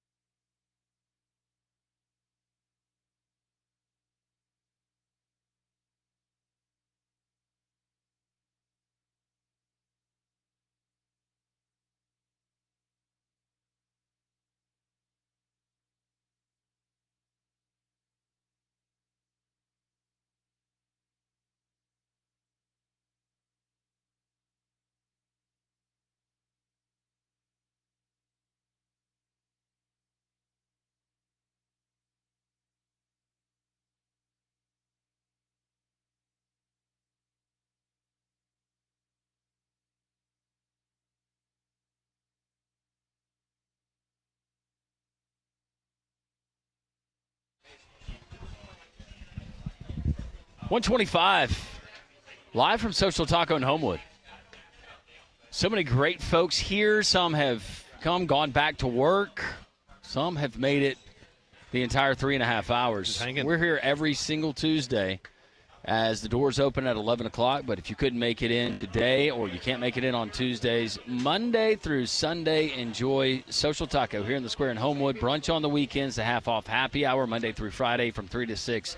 Check them out at socialtaco.bar. We'll open up the phone lines, 800-239-WJOX. Let's go to Rocket.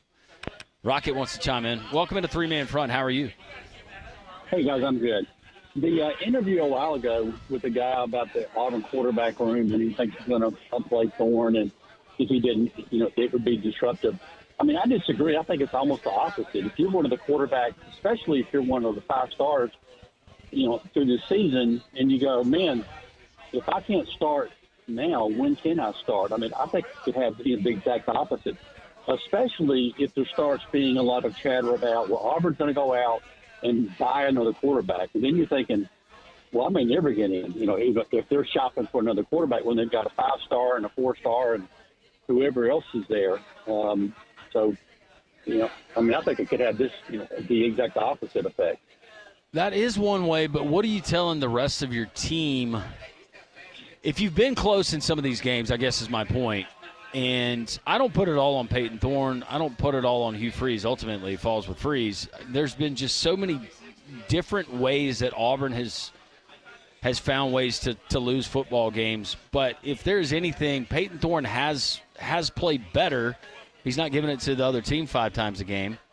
But I don't know, what kind of message are you sending? Because you're standing at 2-5, and if things continue to trend where you're losing, this could be a historically bad season for Hugh Freeze and the Auburn Tigers. Well, it's already historically bad. I mean, it's not about trying to pull Thornton to punish him. It's about, let's use these last 5 games to give, the best other quarterback in the room 5 games of experience that you just, instead of wasting on Thorne. And I think, especially if they go out there, typically the players, when there's a quarterback change, you see they rally around him and this and that. So I think that would be the case. And I'm not saying every senior that's not playing well, but, Thorne, it's like, this is your chance to give some meaningful reps. And things can't get any worse. You're not going to a bowl, whether you're 3-8 or 2-10 or whatever. It's still disaster. Well, and it tells me, Rocket, that if you do continue to play Peyton Thorne, number one, you think he gives you the best opportunity to win, but it also tells me that you're planning on going and spending big money for a quarterback to come in via the transfer portal when the season's over. Yeah, exactly. And then we can lose the ones we've got. So what about that? No, and that's the case with a lot of rosters that are out there. With a guy like Holden Gariner, I'm surprised that he's still on that roster even heading into this season, because he was a Brian Harsin guy. For a Walker White, what does that mean for him ultimately? But what is his attitude? Because you've got a commitment from a Deuce Knight, who's a 4-5-star, depends on where you check, coming in from the state of Mississippi to play quarterback. Yeah. So, again, I think it's just wasting a lot of training time to play Thorne right now. One last question, and I'm not advocating getting rid of Freeze this season, but I think definitely next season we can't have a repeat. What's his contract like? Has Auburn given him a 10-year extension that's going to cost us $30 million, like we've done with every other coach we've had to fire, or are we in a better shape for that? Hang up and listen. Yeah, thank you, Rocket, for the phone call. I think with this contract, the way it was structured, it's a 7-year deal, $6.5 million a year. Yeah, and I don't know what the buyout is. But no, it's got to improve. You have to win football games, and I realize that Auburn is young, and you talk about missing pieces on the roster, but how do you explain that or justify it when you should have beaten Oklahoma? We saw how that game went. We saw what happened. Help me out here, because they're all running together. We saw what happened against Arkansas. We saw what happened against the Cal team that you're more talented than. And then we saw what happened, even though you were in Como, you had it all set up. You had a double-digit lead in the fourth quarter. We had Oklahoma beat. Yeah, and there's just certain plays that you have to make to finish a football game. maybe you could point to quarterback or a guy that you brought in through the transfer portal to play wide receiver and a ball goes through his hands. But a lot of these other teams, they're dealing with the same thing, but they're finding ways to finish games. Why Auburn has not been able to do that or beat a quality opponent outside of Cal last year in the first 20 games of Hugh Freeze's tenure at Auburn blows my mind. If Freeze is fired without cause, his buyout is 75% of the remaining payments he would have received. And they're not going to fire him this year. Can he keep this recruiting class together? There's no signs that anybody's jumping ship right now. But how many of those guys are actually alerting the coaching staff saying, hey, I'm thinking about jumping ship with the current deal that I have in place? I think it's easier to sell what they're doing now to the recruiting class because you've been saying, we need you, we need you, we need you. And you're saying, hey, this shows promise against some of these quality SEC teams. Look how close we are. We just need you, guys like you, to put us over the top. We start stacking talent on talent with a roster because it is not an excuse. That talent was absolutely zero when Hugh Freeze got there. That roster was zero. You can blame Brian Harsin for some of it. You can blame Gus Malzahn at the tail end of his career for some of it. And ultimately, everybody can blame NIL and the transfer portal. We continue here live from Social Taco in Homewood. Coming up next, Conrad from the corner. Your fantasy lineup, as many of your weeks just ended last night. Who to pick up, who maybe to drop, who to sit. Conrad's going to tell us three-man front and Jocks 94.5.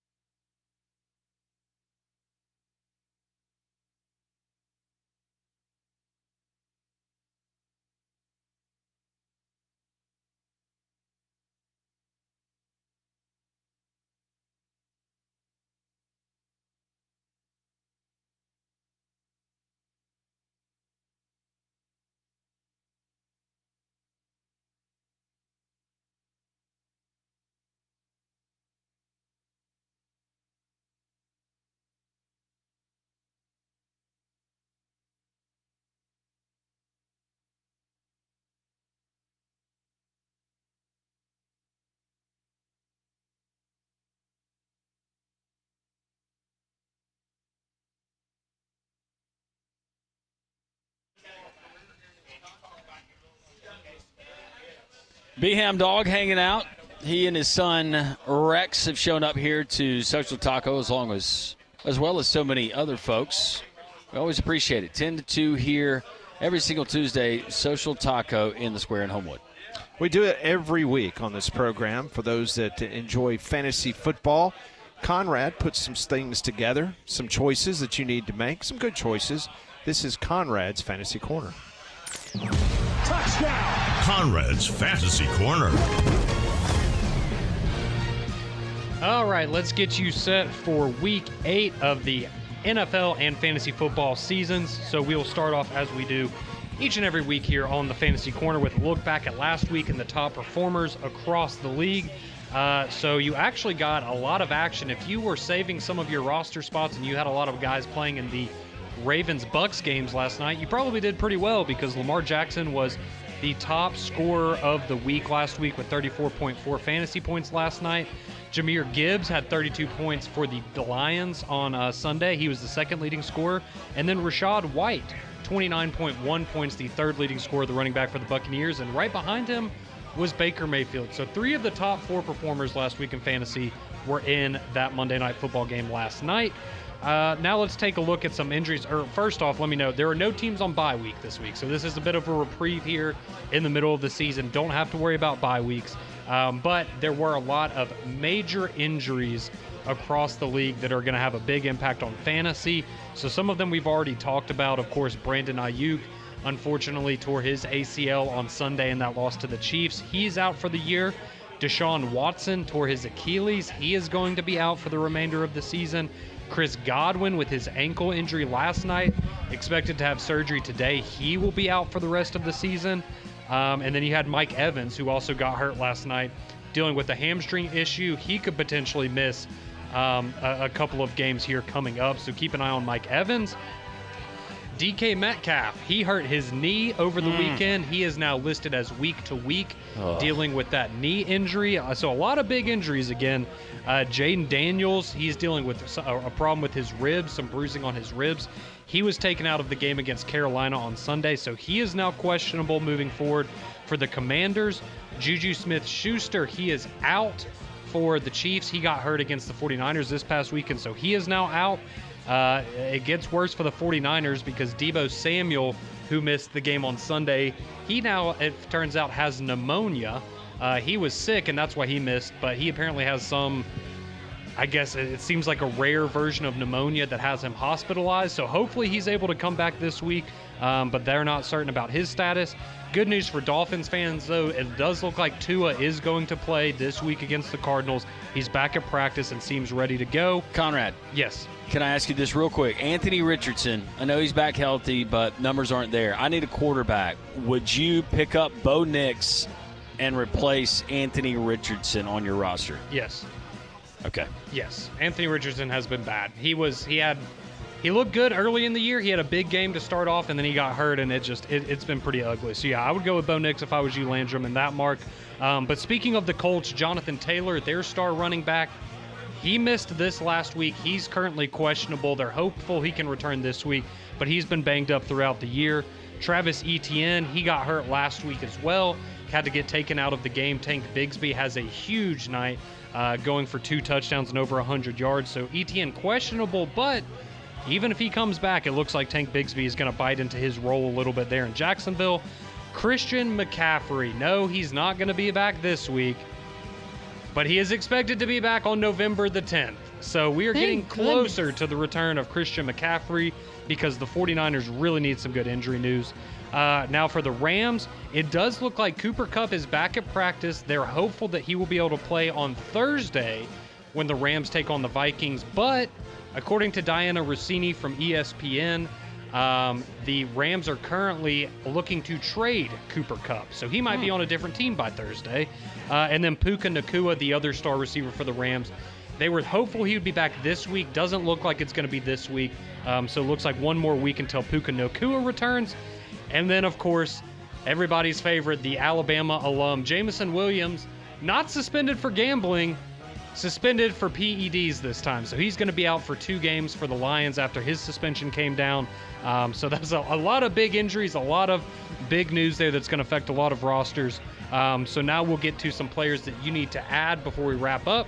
So Landrum brought up Bo Nix. I think Bo Nix, if he's available in your league, you could do a lot worse than Bo Nix. Obviously, the rushing yards are going to be a big help for him, and he seems to be getting better as the season progresses. But I'm also looking at quarterback Drake May. He's been really, really sharp, has multiple touchdown passes in both of his starts this year for the Patriots. So he's looked really good. I think you could do worse than Drake May at quarterback. And then Russell Wilson. How about Russell Wilson coming out for the Steelers in place of Justin Fields, has 2 passing touchdowns, 1 rushing touchdown, 25 fantasy points. Looks like he is old Russell, at least for 1 week he was. At the wide receiver position, though, Romeo Doubs, back-to-back 17-point weekends for the Packers. He's a good pickup. Ricky Pearsall, the rookie for the 49ers, he made his season debut this past weekend, but if you've been listening, everybody's heard on the 49ers, and he could likely be their wide receiver 1 this weekend. You also have Cedric Tillman, the former Tennessee Volunteer, who now looks like he might be the lead receiver in Cleveland moving forward. Ray Davis, another big night for the Buffalo Bills this weekend. He's a good pickup at running back. You have Hunter Henry and Jonnu Smith at tight end. Tight end position still really wonky this year, but both of them have had really good back-to-back weeks. And then finally, for some defenses that seem to be available in a lot of leagues that are worth a look, you have the Chiefs defense this week as they take on the Raiders, the Texans defense as they take on the Colts, and then the Chargers defense as they take on a Saints team that is really, really struggling. So that is your Week 8 Fantasy Football Corner. Thank you, Conrad. I put in the proposal for the waiver claim of Bo Nix to drop Anthony Richardson. You're still helping me. Really proud of you. Even though we're in the same league and I'm now in first place and you are not. We continue live from Social Taco and Homewood. It's 3-Man Front and Jocks 94.5.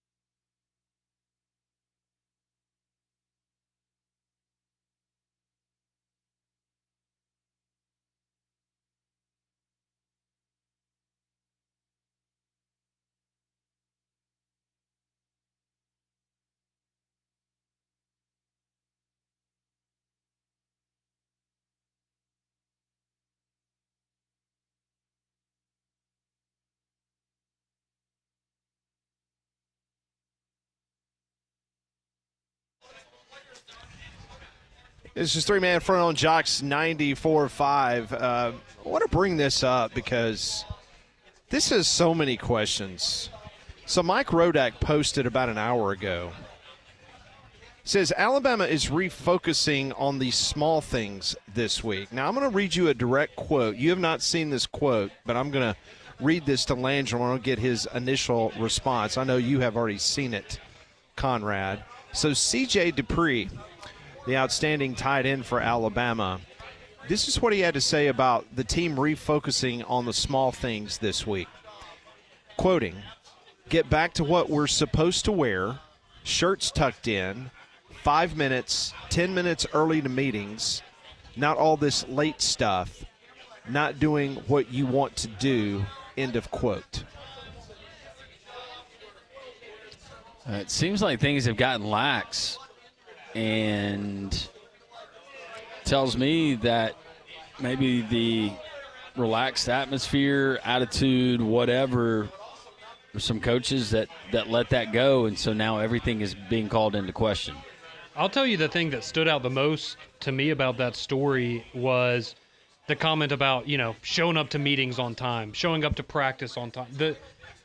If those things have not been happening for the past month and a half, I have a lot of questions for Kalen DeBoer and that coaching staff, because that is, that's shocking. If that's the kind of stuff they're having to figure out, is getting players to show up on time to practice, I go back bad to thing. something I heard, and it was someone talking about a conversation they had with Mac Brown. And when he knew after a championship-type year, when he knew they had everybody seemingly coming back when it wasn't going to be the same, and he said during scheduled lifts in the offseason, meetings, that accountability, everybody there the year before had been there, and then we started seeing that tapering off. So I'm with you, Conrad. If those things haven't been happening, that's a big red flag. I'm not saying it's all going in the ditch, but why have those things not been happening? We have said it a million times about Lane Kiffin and other programs. When you want to bring an ice cream truck to practice, you want to have social influencers show up at practice to do videos. When you're playing music, when you have 24/7 access to all the players and things of that nature. The problem with that is that when you go through a rough spot like you're doing now, those type things are going to be put under a huge microscope, and people are going to come after you. Yep. Now, if they were sitting here right now undefeated and still number one in America, which they were only number one for one short week this season, then you know what? Not a lot of criticism about what he's wearing on the sideline or what you're doing and not doing at practice. But it does shock me when you see a player and he makes the comment about them showing up late to meetings, not doing this late stuff, not doing what you want to do. That part really screams out, that's a problem. And I don't know too many coaches in America that's going to be a formula for success. Well, and if there's and what is the standard inside of that building? Forget about Alabama football, what we see on Saturdays. What's the standard inside of that building? And Kalen DeBoer, he's been quoted, and I remember hearing him saying, I've always been a guy that has been a player-led coach, a player-led teams. The players, who is leading this team? Where's the leadership on this team? Also, C.J. Dupree said, we got to just kind of take details and the small things.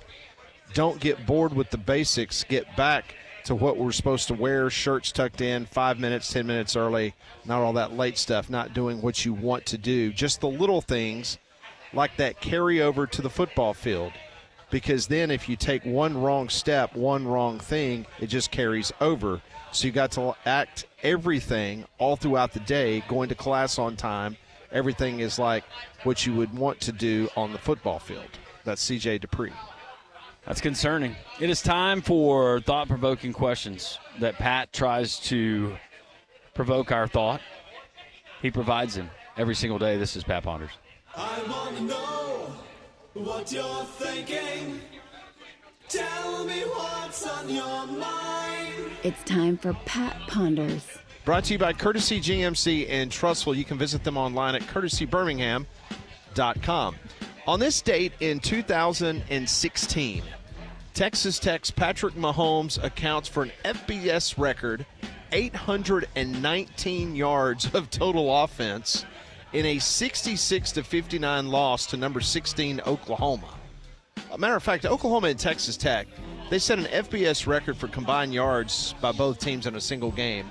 1,708 yards, 854 yards total. I had the over. Between each teams.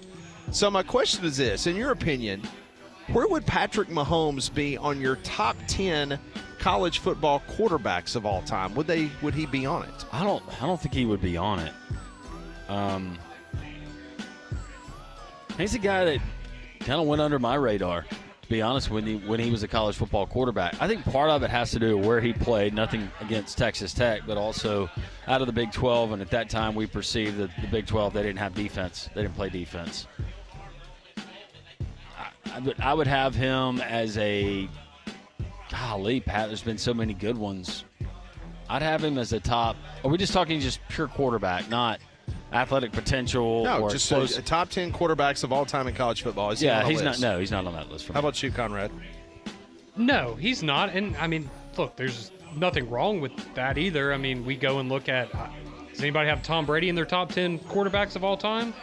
No, not from a college standpoint. From college, no. Yeah, exactly. So it's like, okay, it's a guy that just had a unique skill set, and it's translated really, really well to the NFL. And when you have a lot of other talented players around you, you see what can happen with it. So no, I mean, he's a great quarterback. He put up good numbers, but I don't think there's anybody that when he was coming out of Texas Tech looked at Patrick Mahomes and said, hey, that guy right there, he might be the best quarterback of all time. I don't think anybody knew that. No, I agree. Personally, I wouldn't have him in my list. I mean, you could make an argument for the NFL of all time maybe, but, I mean, especially once he hits, like, the end of his career. But for college, no. All right, question number 2. Should Tampa Bay Bucks coach Todd Bowles be blamed for leaving wide receiver Chris Godwin in last night's game as he suffered an injury with 1:04 left and down by 10 points with no timeouts left? Should Todd Bowles be blamed for Godwin's injury? Yeah, because it's after the fact, and now he's lost for the season. At one point, they were down, 34-10 in that game? Yes. And they made it look closer than it actually was. But, yeah, after the fact, yeah, I would say that you should be blamed. See, that's my thing is there's part of me that, wants to go with the, did you really think you were going to be able to pull that game out and win it? And maybe they did because of the way, like you were kind of saying, it got wacky at the end, and Tampa Bay was able to score a couple of times late in the fourth quarter and make it look closer than it was. So, I'm going to say no just because of how weird that fourth quarter was. You probably did feel like, hey, who knows? Maybe we're just destined to have this, miraculous comeback tonight, and you need your best guys out there on top of the fact Mike Evans was already out, so you're already down a top receiver. So, I'll say no in this circumstance, but it's tough. I'm sure he feels bad. Yeah, I'm sure he feels bad about it. And kind of like what Conrad said, I would feel differently if the game was more so in reach for them. So I'm also going to go now. All right. That is today's Pat Ponders, brought to you by Courtesy GMC. They're in Trussville, exit 32 off of I-459 in Trussville, located right next to Lowe's. Visit them online at courtesybirmingham.com. And the reason that nobody really remembers Patrick Mahomes when he was at Texas Tech, when he was there, Texas Tech went 13-19 overall, and his best regular season was in 2015 when they went 7-5. That's going to pale in comparison to a Joe Burrow that puts up stupid numbers in 2019 and they win a national championship. You remember that game, the Oklahoma game? Yeah. I mean, that thing was insane. That was nuts. That was unbelievable. Will Lamar Jackson be a top 10 college quarterback for you? No. All time? No.